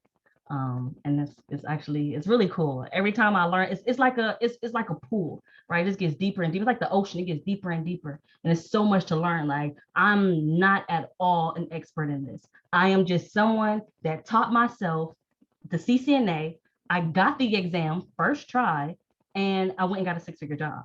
So again, I'm not an expert, but I'm just letting you, Yes. showing you guys what I did. Right. Right. Okay. Yes. Thank Um, you. Definitely, you're welcome for sure. Again, I want to just show you guys, I want to share the knowledge, and again, there's plenty of money. And honestly, every contract that I've been the only Black chick. I've been mostly the only chick and then the only Black. And it's just like, it's really hard to, kind of talk to other folks that's not like me, so Oh, yeah, it gets lonely, but it's okay. It's all right because right. you guys are going to join me, And is. You guys are going to join me. Okay. But yeah, so just continue to go through these things here. Right now, just real quick on the TCP IP model, it is the transmission control protocol, right? Same as TCP, but IP means internet protocol. It's older than the OSI model and created by the Department of Defense, right? So they still use that. This is kind of the old standard. You can definitely use it. Again, most of the time, developers use the OSI model because it's broken down up here. But we usually just say, hey, we got the physical layer, the link layer, the network layer, the transport, and then all this other good stuff is for the developers, right? So that's kind of what we do as engineers. But we're starting to be, fancy, and we're starting to code as network engineers. So we kind of need this OSI model to know the session, the presentation, and the application. So it's the same thing. It's just how it's broken up, and the updated TCP has application all together with presentation and session. Again, it's just you need to know the difference, right? So please put that into your head, right? Putting it all together. Like I said, I kind of went through it a little bit, but we have the physical layer. That's that Ethernet port. Let's go ahead and get into the router, the modem. And then we go ahead into the data link layer. This is what a packet looks like. The packet is going to have the source MAC address and the destination MAC address. That means that who did it come from and where is it going? And it only can see what's next in line, not exactly who you're trying to send it to. Then you have the IP address of the source and the IP address of the destination. You also got the port number, right? Because we can have multiple IP addresses. So we need port numbers to separate us. And then we have the actual message. Hey, mom, right? So it's going to go up, up, up. And as you can see, it just adds on this layer. So review that. And then here's another diagram in case you guys want to kind of look more into it. You see, so this is sent through the cable, ones and zeros.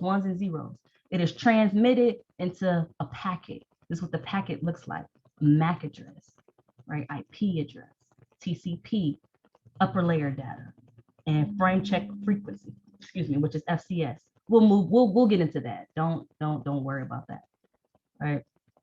So what I learned with the with the layers was like, please do not throw sausage pizza away. Right. So it's like, application, data, session, application, presentation, session, transmission, network, data, and physical. So please, yeah, that's kind of like something you kind of remind yourself, oh, what's the layers? Please don't throw sausage pizza away. So please is, the physical, the right. data. Yeah. I mean, if you want to, learn it that way, you can. Honestly, I don't know if that helped me or not, but I threw it in there in case y'all, want to use it. So, hey, what may not work for me may work for y'all. So could you put it in the Discord? Like what the how you remember it? Honestly, how I remember it is like flashcards. I honestly just kept saying like, what's layer 2? Data link. I would be like, okay, what's layer 5? Session. I would just do flashcards like that. And that's kind of how I remembered it, because please don't throw sausage pizza away. That's cool, but yeah, no. Okay. So. Yeah. Okay. So, yeah, okay. flashcards.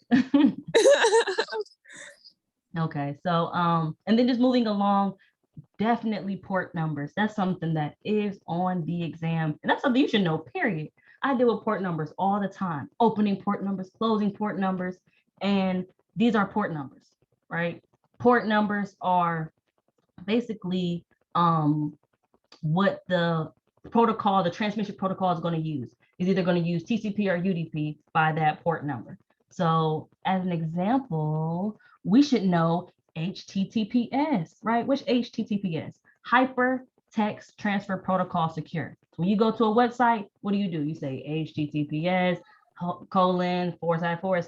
www.google.com. Now you probably won't say all that, but that you'll see that as if it's a hyperlink or something. That is going to use TCP. That means that it needs to get to the destination. Ain't no just broadcasting. It's going to get there. And it's going to get there through a port number 443. So when you're in a network, when you're a network administrator, network engineer, and they say, hey, I can't access this website or something, make sure that port number 443 for HTTPS is open.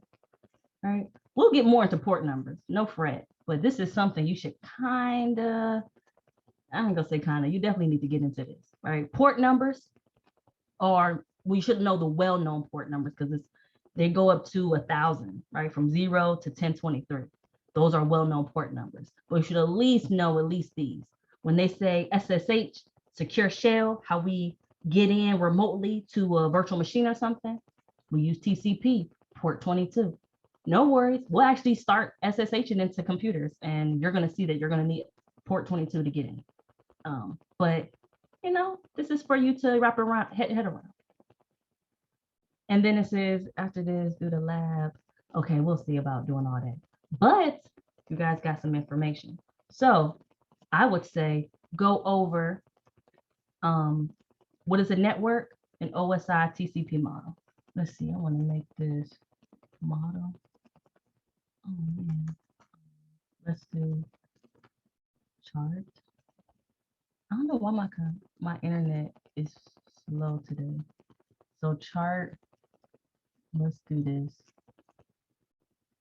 Boom. So boom, this is what we're gonna learn, these two. Now, last but not least, download Packet Tracer. If you guys were not in the first course, the first class, you missed it. We downloaded Packet Tracer. It's okay. I got you here. You just click on that, follow steps from here, and go ahead and follow these steps.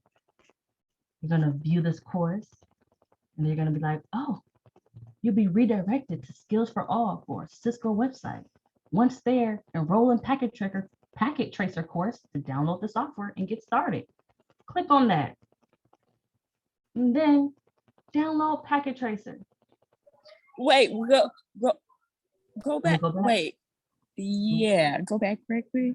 Boom. Okay, hold on. So the first thing I did was click on that. Yeah, I clicked on the link. Okay, cool. Clicked on the link. It's gonna bring you here. Right. It's gonna bring you here. And you're gonna click on view courses. Okay. Yep. And then once you view courses, it's going to tell you some little stuff. Just click on Skills for All. Okay. My internet running slow. I may need to actually hook up hardwired next time because my stuff should not be going this slow. I hate the AT&T fiber optic. Okay, so boom. You come here, and then down here it says enroll in our short Get Started with Packet Tracer course to download the latest version. Click on that. And get started. Now it says free is 2 hours, beginner. Just click on Get Started. You ain't gotta really go through the course. If you want to, you can. Now, most of y'all don't have an account, so don't have an account, sign up. I have an account, Netcat, sign in. Sign in for you guys. KW@gmail.com. Once you get your CCNA certificate, you will always have a Netcat account because that is where you can download your certificate. Your certificate will last 3 years. The only way you can renew it is if you take the exam again or you take the next exam in line, which is the CCNP. You can take it if you want to get even more higher salary. Or you can just be like, I'm on something else, you know. I'm actually on something else, so I'm probably not going to get the season pay, just to be honest. But resume course, because you got to log in, and then once you log in, they're going to take you back and go through this. But you can just click right here, download and use Cisco Packet Tracer. You don't even have to really go through the whole thing, but you know, you're a newbie. Yeah, let me look where I left off. And then it'll say to download. Now I'm not going to download it because I've already downloaded, so I'm not going to do that again. But click on that, and accept permissions, wait till it download, do the thing, and then you will have your packet tracer. Let me go ahead and pull a packet tracer really quick. Packet tracer. Let me pull that up on my desktop. And so you guys can see it. Again, I'm not sure if you guys was in the morning course or not, but we definitely downloaded Packet Tracer. It took a lot, but whatever, you know. I just want you guys to be able to do what you need to do. My Packet Tracer is not pulling up. It's slow, it's loading. In the meantime, while it's loading, I want you guys to, where's my Notion? While you guys are downloading that, computer networking. I have no clue why this is running super slow. That's so terrible. Okay, so with learning, I want you guys to go to the flashcards. So after you did your reading, all right, you went to the book, you went to the exam topics, we did the lesson, you did some of the reading. Let's come here, flashcards, click here. These are virtual flashcards I created. I kind of updated them for my last class, so just be patient while I, you know, get these out. What is a network, right? Click on that. Now, you should create an account so you don't have to, you know, go back. You see, I'm already in my account, but you should create an account. And these are the terms that we talked about. So what is a router? These are terms you need to study. And then you come over here. Oops. What is a router? You click on the card to flip it over. Connecting several devices in a single, hold on. Oh, there we go. Yes. Sorry, guys. What is a router used for? Connecting several devices to a single internet connection. Okay. And you just go click over here. What's the difference between an L2 and an L3 switch? Again, you will read that. I didn't talk about that too much, but you'll read that in the in your whatchamacallit, in your reading. Let me make sure. Because I just had a thought. Maybe it's not in the reading. What is a network? Yeah, it's in the reading. And then oversized TCP. And then actually, what I'm going to do is create a file. That's what I should have done. I shouldn't have put it in pages. Anyway, don't matter. Let's go to downloads. And let's look at, actually, no, let's go to desktop. And let's look at, there we go. We're going to do this one. This is reading for you guys, so there we go. This one, let's put a file here. Whoa, it is. Hey, I may not upload all of them right here because you see what's going on. It's all slow, and I am a little impatient. So choose file. CCNA 1.1. So these are the readings, right? I broke it down into information that is easy to digest. And hopefully it's easy to digest. I didn't talk about everything. So I hope you guys don't just depend on these classes as in I taught you everything. The reading will teach you everything. The exam topics. You should have the exam topics. If you need to print that out and take a highlighter or a pencil and every exam topic that we talked about or you put notes on, scratch that topic out. And if you can't fully explain it, then you need to reach out and say, hey, I don't know what PoE is. I thought we talked about it. Can you explain PoE? And I say, oh, power over Ethernet. Let's talk about power over Ethernet. But again, don't just depend on these classes. These classes, it's for us to, mingle and talk and collab, but not to learn everything. So anyway, boom, I got all that. Flashcards. Let's go back to the flashcards. Quick question. Where did you say the exam topics were at? Back in Notion, we're gonna go to it's in a syllabus, phase 1. Yep. And then you go all the way down to required reading. Okay. Yep. And then you should see the exam topics. Now, I don't have the official book in here, but I did send the book in the Discord. So okay, it's there. Okay. All right. Cool. So flashcards, like I said, use them. You can even learn. You can click study, you can click learn, and it says memorize all, quick study. Let's do quick study. And then it says, when do you want to reach your goal? I'm gonna say within a few weeks, whatever. I don't know. It's all new to me. Okay, hang tight. Your study path is almost ready. It's about to do some things for you, customize for you. Start studying. I should have skipped personalization, but I want you guys to kind of see it. And then it says, what is a router used for? Choose matching definition. What is a router used for? Anyone know this answer? Is it to identify malicious activity and take preventive action? Or is a router used for wide area networks to connect multiple LANs? Or is it specific to TCP, the handshake that goes send, ACK, and ACK? Or is it connecting several devices to a single internet connection? What is a router used for? Number 2. Yeah, I'm gonna go with 2. Hey, nice, Okay. Nice work. Okay. So, right. So we ain't gonna go through all that, but y'all can learn like that. We even have a game like a matching game. This is my favorite part of Quizlet. You match it and you see the time, you gotta match it. So it's like, what's the difference between an L or let me see, what can I do? What's the role of an IPS? So identify malicious activity. Okay. Describe an access point. What's all this? L2 switches and that. Okay, to manage many numbers of APs, that the layout of a network, I don't know, 803 standard. Hold on, let me move this out my way. Where do end devices connect? I don't know, describe an access point. There we go. What is a topology? I don't know, the layer of a network. And then clearly we got that. You're making some serious wins over there. Oh yeah, 40 seconds, that's that. Woo. But I'm the top. So see if y'all can beat that. Okay.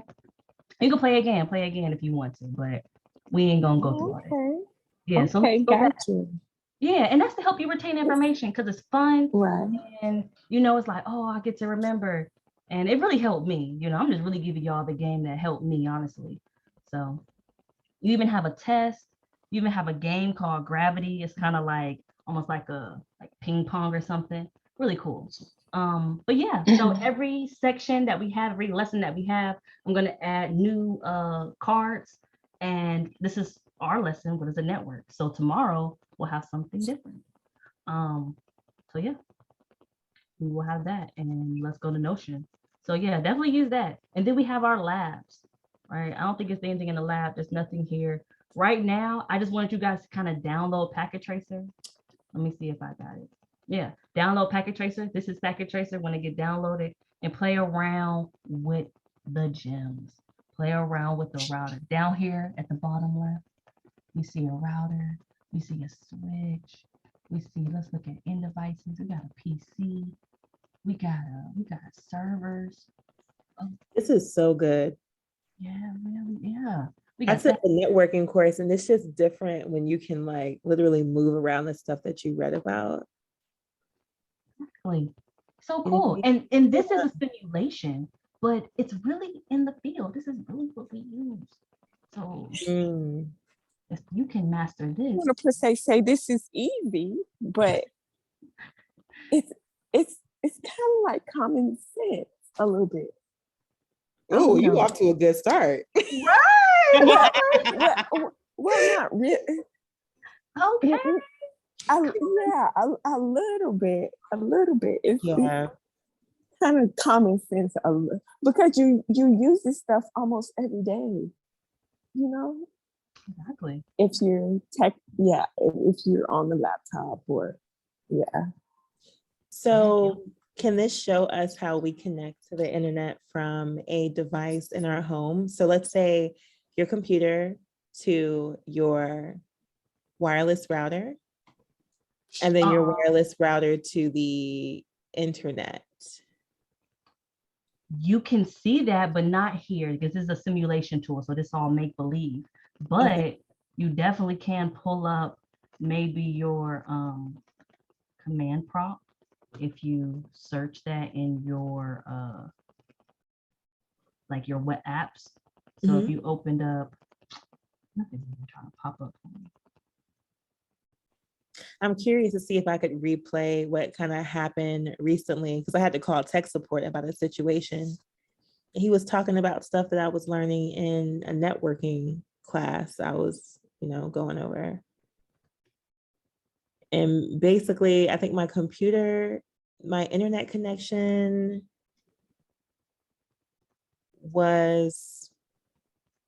my computer was trying to reach something that was off the network. I think that's what he said.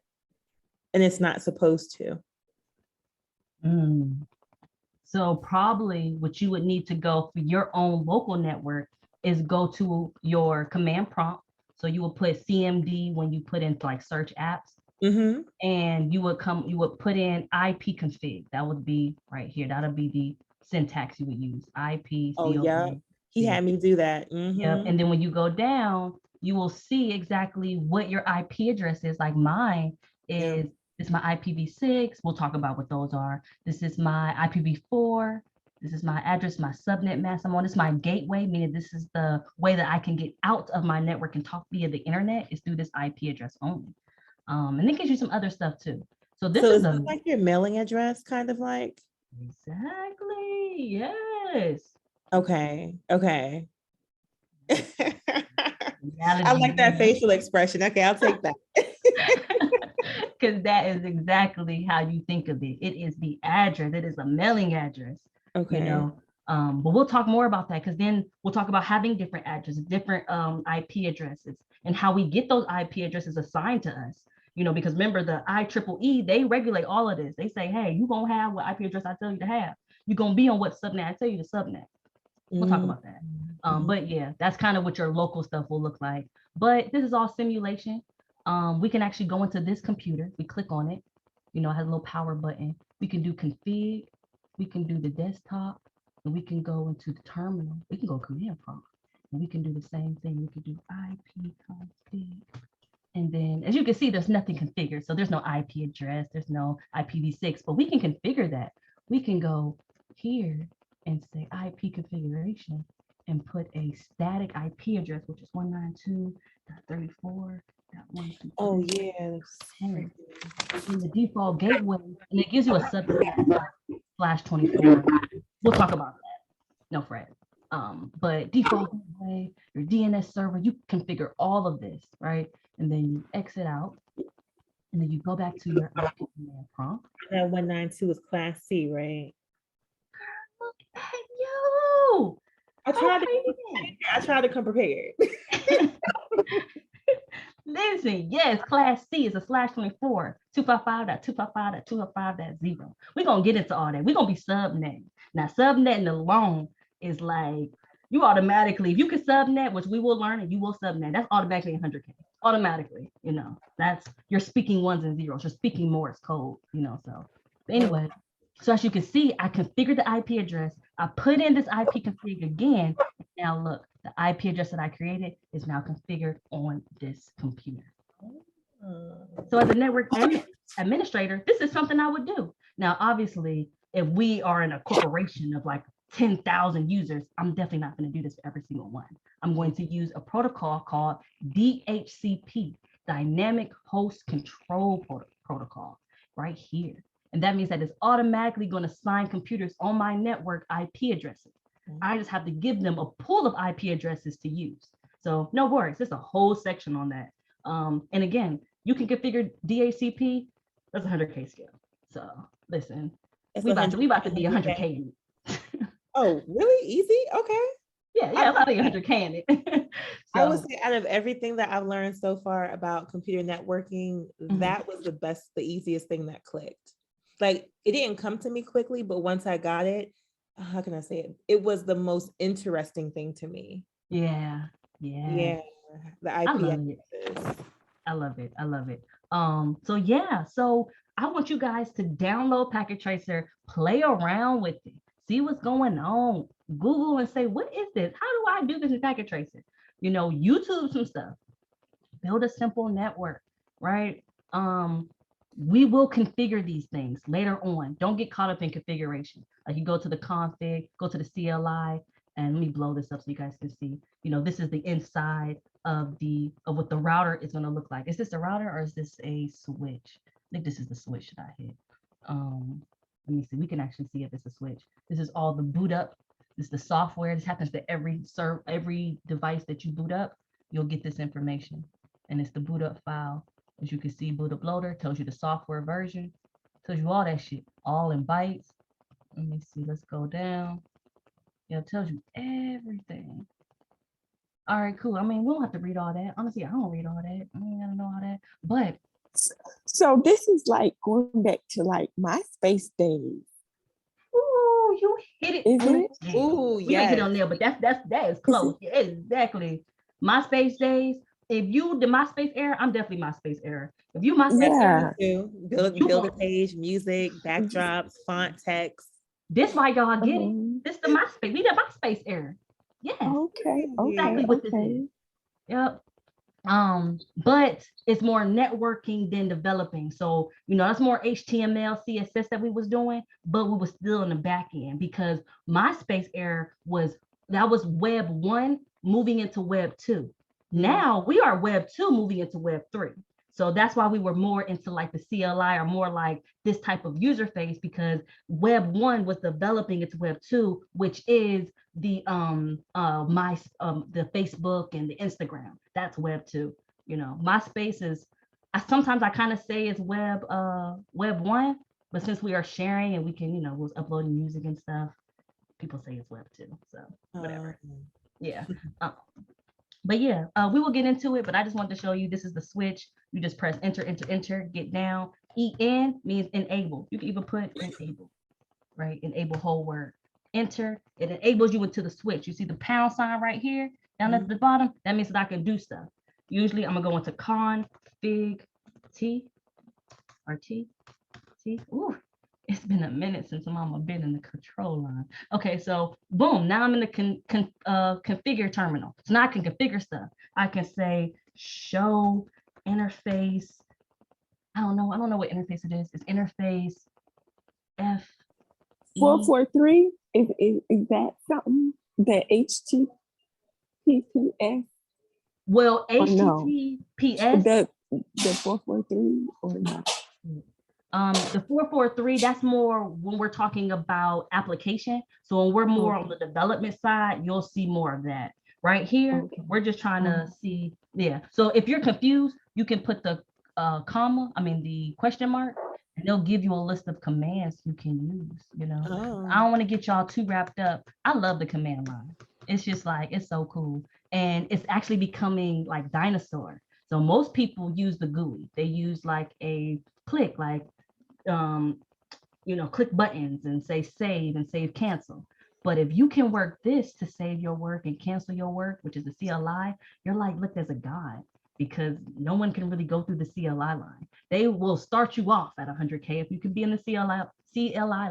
So this is 100K. Okay. Yes. Okay. I'm trying to tell you, this is rare that we are learning. So yes. Let's get that Thank you, money. Jess. Okay. Yes, thank you so much. You're very welcome. I'm all about increasing our income here. You know, tech is not my baby. I did not aspire to be in tech. You know, tech is not something that I wake up and be like, oh, I want to be in tech. I don't think of that. I am all about food. I cook. You know, I want to do whatever I want to do. Yeah, Right. so The money.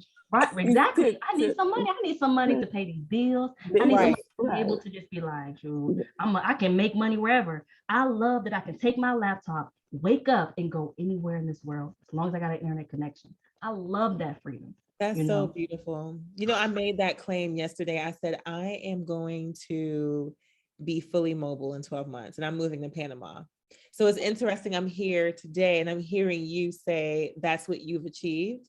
Like, yo, when you set your desire, thank you for being a mirror. Thank you so much. Oh my God, that's beautiful. What? you're very welcome. You're very welcome because listen, I started this in 2020. I started this in 2019 in August. And when I started, I went to a program that taught me some of this, but I couldn't wrap my head around it. I couldn't even get past 2 weeks. They said, go home. You don't know this. You're not catching on. Crushed my soul. How I am is I'm a fighter. And honestly, that was my last resort. I didn't packed up my whole life. I didn't moved 1,000 miles away. I had nowhere to go. I literally was living in my car. So I had no choice but to get back into the program. And they offered me, they said, hey, if you go get your CCNA, you can get into the program. And I think they did that because no one does that. No one go gets their CCNA to come back. They just be like, damn, I ain't make it. Because it's so hard. Like, you want me to go get a CCNA after learning a little bit of this? That's crazy. People who take their CCNA are already engineers or people who've been studying this for years, at least a year. And here I am 2 weeks in, and you're talking about get your CCNA. And here I am in my car, and I need room and board. Because that's what they promised me. If I'm in the program, they're going to give me room and board. You know, Adele, you went through the program. You know it. Adele went to the program. Shout out to Ashton. Yeah, I did. Sorry, I'm over here working. Sorry. So I'm No, kind no, of no. just listening to the conversation. But yeah, it was rough to say the least. It was not for the faint of heart. Yeah. And we do need more us's in that space and more women as well in that space. And that's just in tech in general, there's a gap that's missing women and minorities on top of that.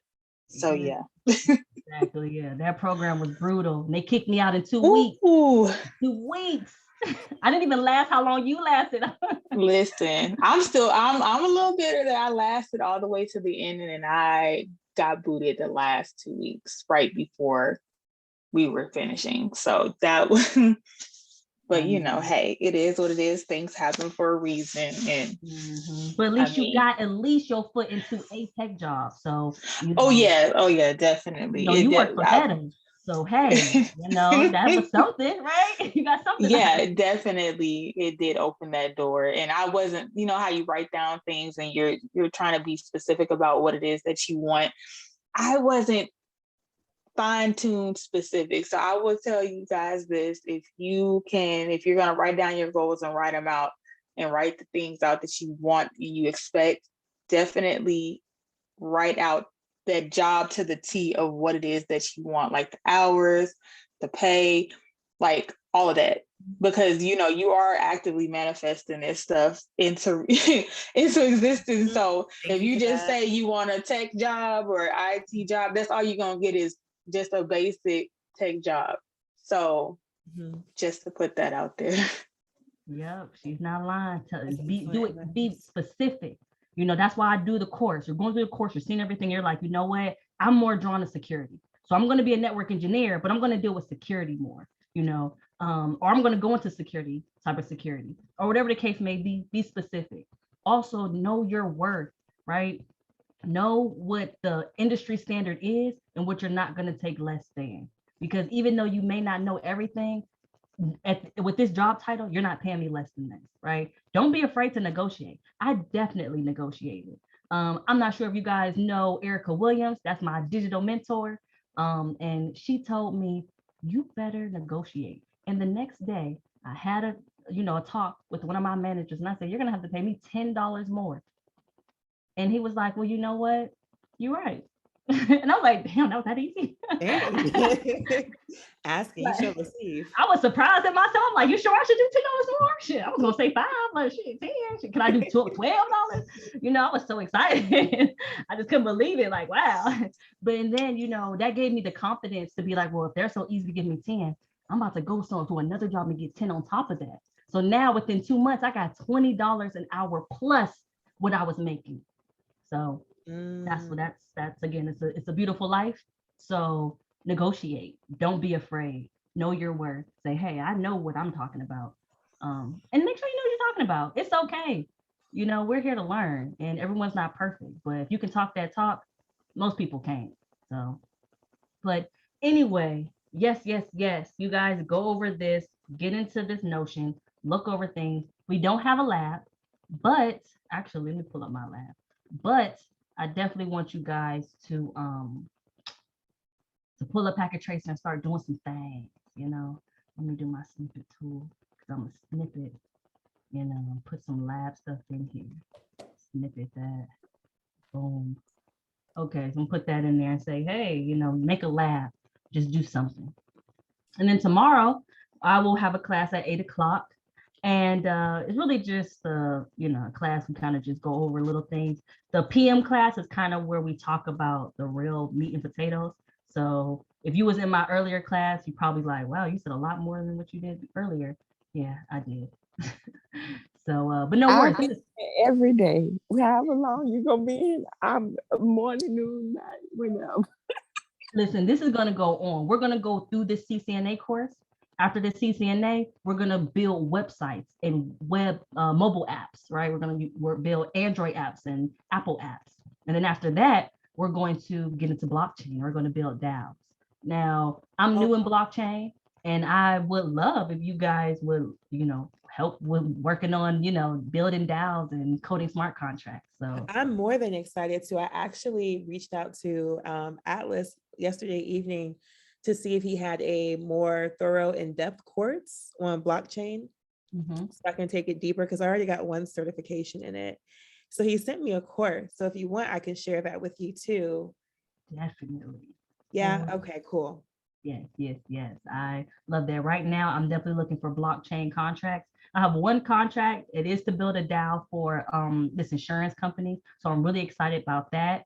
And hopefully You they already know it. kinda. Well, DAOs yeah. are new. So a lot of people don't know them, but I know enough that, you know, I know enough. That's what I'm gonna say. Okay, You that's know. dope.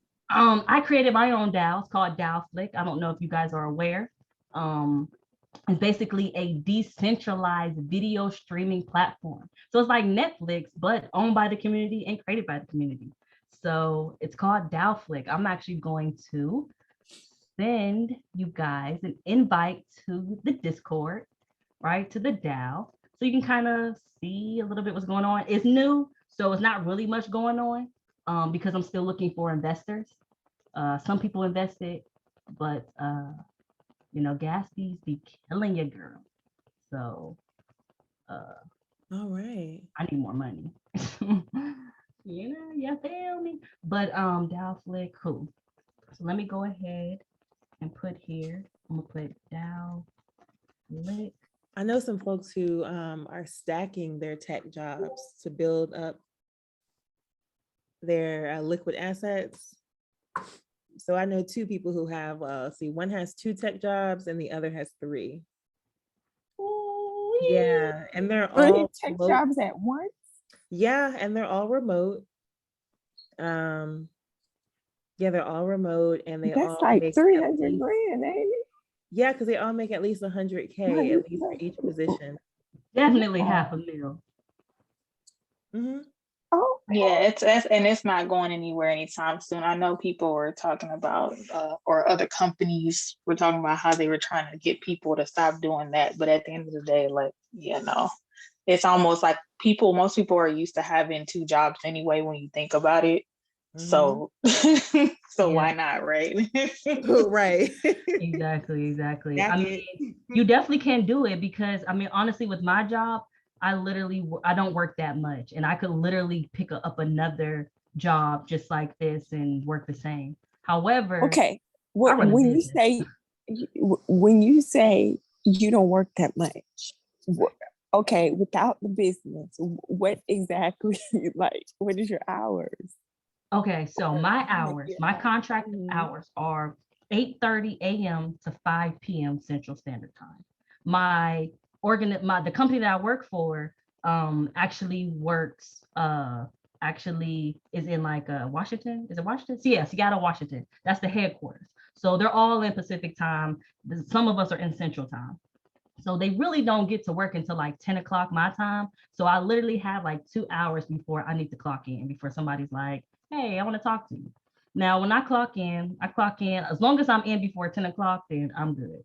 So I open my computer up, I get on the VPN, and I look at my emails to see who reached out to me. Maybe someone is saying, hey, can you give me an IP address to this router? Because I can't get in it.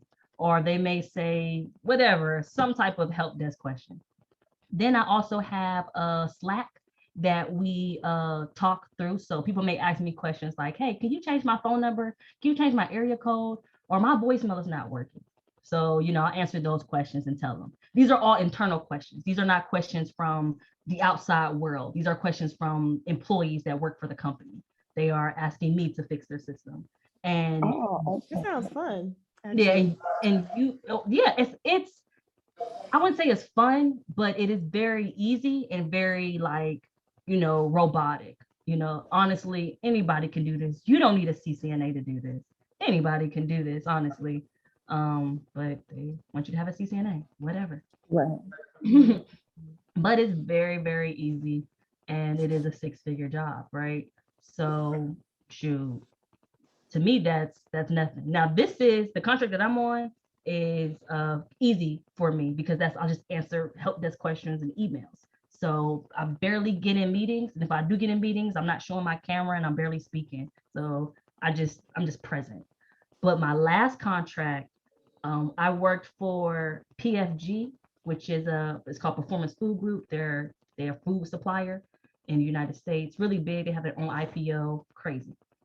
They were so unorganized and they stressed me the hell out. Okay. I was doing so much work. I'm like, I'm about to quit. Y'all either gonna pay me $1 million or I'm about to quit because it was ridiculous. And I just didn't want to work in that environment. However, I wasn't micromanaged. I was actually over a team. So it was kind of a little better because, it's not like somebody was like, oh, do this.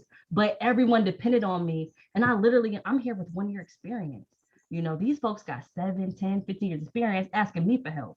And I'm like, listen, I'm gonna have to go to Google. So I'm gonna Google that real quick. And what's crazy is I did Google and I gave them the answer and they'd be like, thank you, you're so smart. And I'll be like, wow, I Googled. They got comfortable. They really got comfortable. They I did. They Googled could have did the same thing. They could have, Right. but what I've been learning is that to be the master is to be the master researcher. It's not that you know the information, What information is find the information. right? Oh, mhm. That is an underrated skill. These folks cannot find anything. So you can I find mean, stuff. yeah, I can notice that.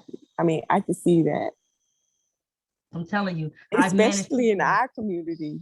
Shoot, I think It's not even really just our community, honestly. That's Them this out. the whole world, to be Yeah. honest. People be don't like, read, and that's been that for like forever. yeah, Here. Listen, right there. right. Oh, But if you go want ahead to and pay give me me, the 200K then. Let me get that's what I'm that. saying. If you want to pay me $75 an hour to Google a step to give to you, Out of by Google. all means. I'll Google all day. What you want me to Google? Listen. So yeah, my last contract was very stressful. So I'm not gonna say that, this job is easy because I was stressed, My first contract ever, I worked for a hospital in Rhode Island. Yeah, it's crazy. I hated being in Rhode Island. But I worked out there and I literally, like, it was a project base. So my job was to renew certificates. So the servers had to have certificates renewed to be trusted via internet. So I had to renew that. Basically renewing that SSL certificate that you guys see on the web browser. That's what my job was. And I failed at it. I failed at it to where I made the whole network go down. Now I got this contract in March 2020 and I've only stayed there for 3 months. Now that was the beginning of the pandemic. March 2020, everyone was staying at home. You had to stay at the house. So I was grateful that my first day, it was like, go home, go to the hotel. So I went to the hotel and I was learning, and I could have sworn I followed the steps. Like I swear I followed those steps, but it was time for the certificate to renew. I thought I already did it, but I guess I didn't. And the whole network was pitch black. No one could send information. No one could get on the internet. No one could make calls. It was the worst day of my entire life. Okay. I was like, I don't know what to do. Now I have like 6 months of experience. I have 6 months of experience. And these folks like, hey, you this me.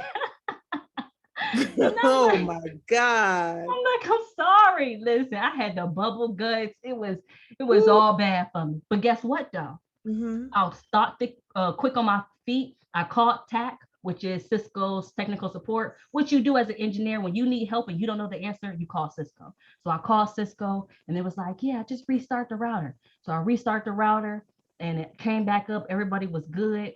But I had to go through this whole like board to where I had to explain to them why the network went down, why did it take so long, what was my troubleshooting steps, and they were just like, "Why the fuck? Why don't you know this?" And I was thinking like, it was an honest mistake, like I literally followed the documentation, and my contract didn't get renewed after that.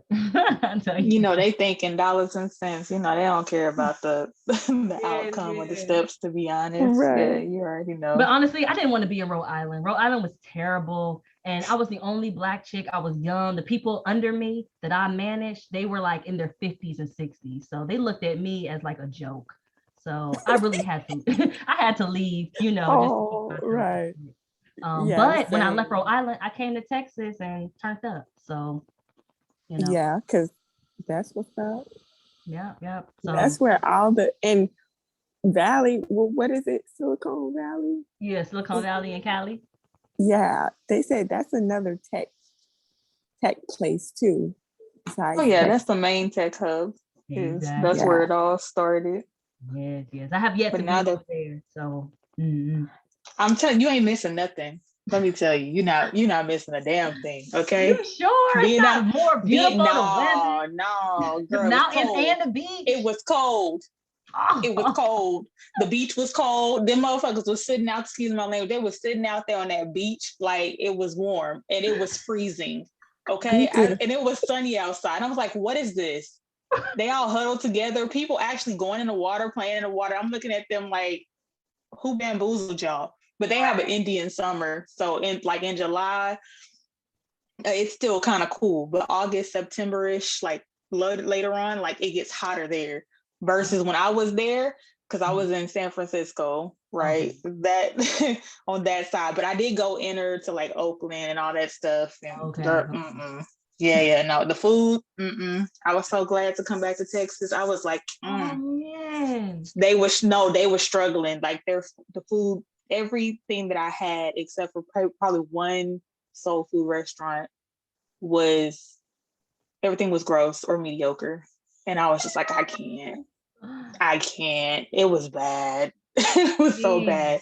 I lost so much weight out there. Like I literally came back home. I think I was like 2 something and I was struggling with my weight anyway. I came back, I was like 175 pounds.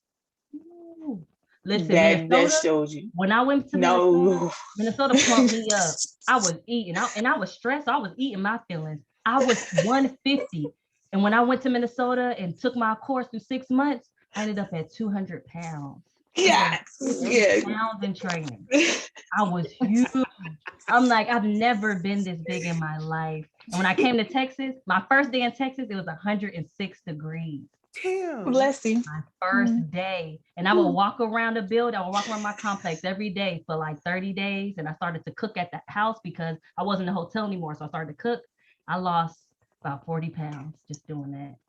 Yeah, that Texas heat will do it to you every time. Ooh, it's hot now. I don't even know why I got this. It is. Well, it's been because I'm back in Austin, so in that area. So it's kind of been hot, cool, yeah, rainy. I'm in Houston, so it's kind of the same too. Oh, I know. Look, I'll be back there soon. So yes, I cannot wait. I'll probably be back in June, but this, yeah. So yeah, you guys, I really do appreciate y'all for coming here, learning, being engaging, interacting, taking it serious, because this is what I'm all about. So definitely go through all of this. If you have any questions, comments, concerns, don't hesitate. I'm here to help you. Your success is my success. So definitely get out here and get this money. And tomorrow, like I said, I'll send out a link. We'll do it at 8 a.m. and go over some things just lightly, just briefly for an hour. But just know that we're going to reiterate that later tonight. Probably won't be this late tomorrow, but we'll see. And we'll just go deep dive into like IP addressing and subnetting and doing some crazy stuff. Okay. So yeah, any questions, comments, concerns before we end this tonight? Let me know. No, I'm all good. Thank you. This is great. Okay. Wait, quick question. Okay, so I'm trying to get the download Cisco. Okay, Mhm. and it says so I'm supposed to go to obtain, install your copy, click skillsforall.com resources downloads. So did you click on, let's go. I don't know where we at. Here. Packer. Mhm. Oh, Yeah. Did you click on this? Get started with yes. Packet Tracer? Okay. Yeah. And then you clicked on download. And did it download? Did you go through the download? Hold on. My computer running a little slow. It says download and use Packet Tracer. I'm trying. Download and use Packet Tracer. Click on that.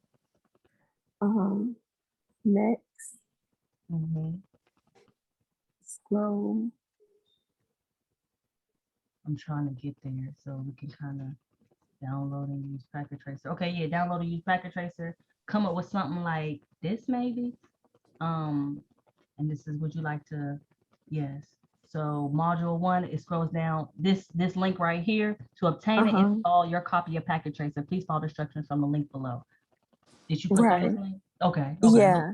Okay, let's click on it. Okay, and then It's gonna make it come somewhere here. Oh, boom. And then you scroll down and you click on which operating system you have. If you have a Windows or you have a Mac. You're probably not Windows. Okay, click on Windows. I'm not gonna click on it because I don't want to mess up, Right. Okay, I see. Yeah. And then just follow those little prompts. And then you in there like swimwear. Okay. Okay. Thank Yeah. you. You're welcome. And if you have any questions, comments, concerns, reach out in Discord. I can definitely help. Tomorrow you can hop on in the AM and we can go through some stuff because it's usually be chill in the AM. So yeah. I'm going to stop sharing. We've been on here for 2 hours, 13 minutes. I'm going to probably chop this video up a little bit and then give you the link and then, the guys can replay it. But in the meantime, in between time, thank you guys for showing up. See you guys tomorrow. All right. Thank you. Thanks for the class. Have a good night. See you tomorrow. Good night, you guys. All right. Peace.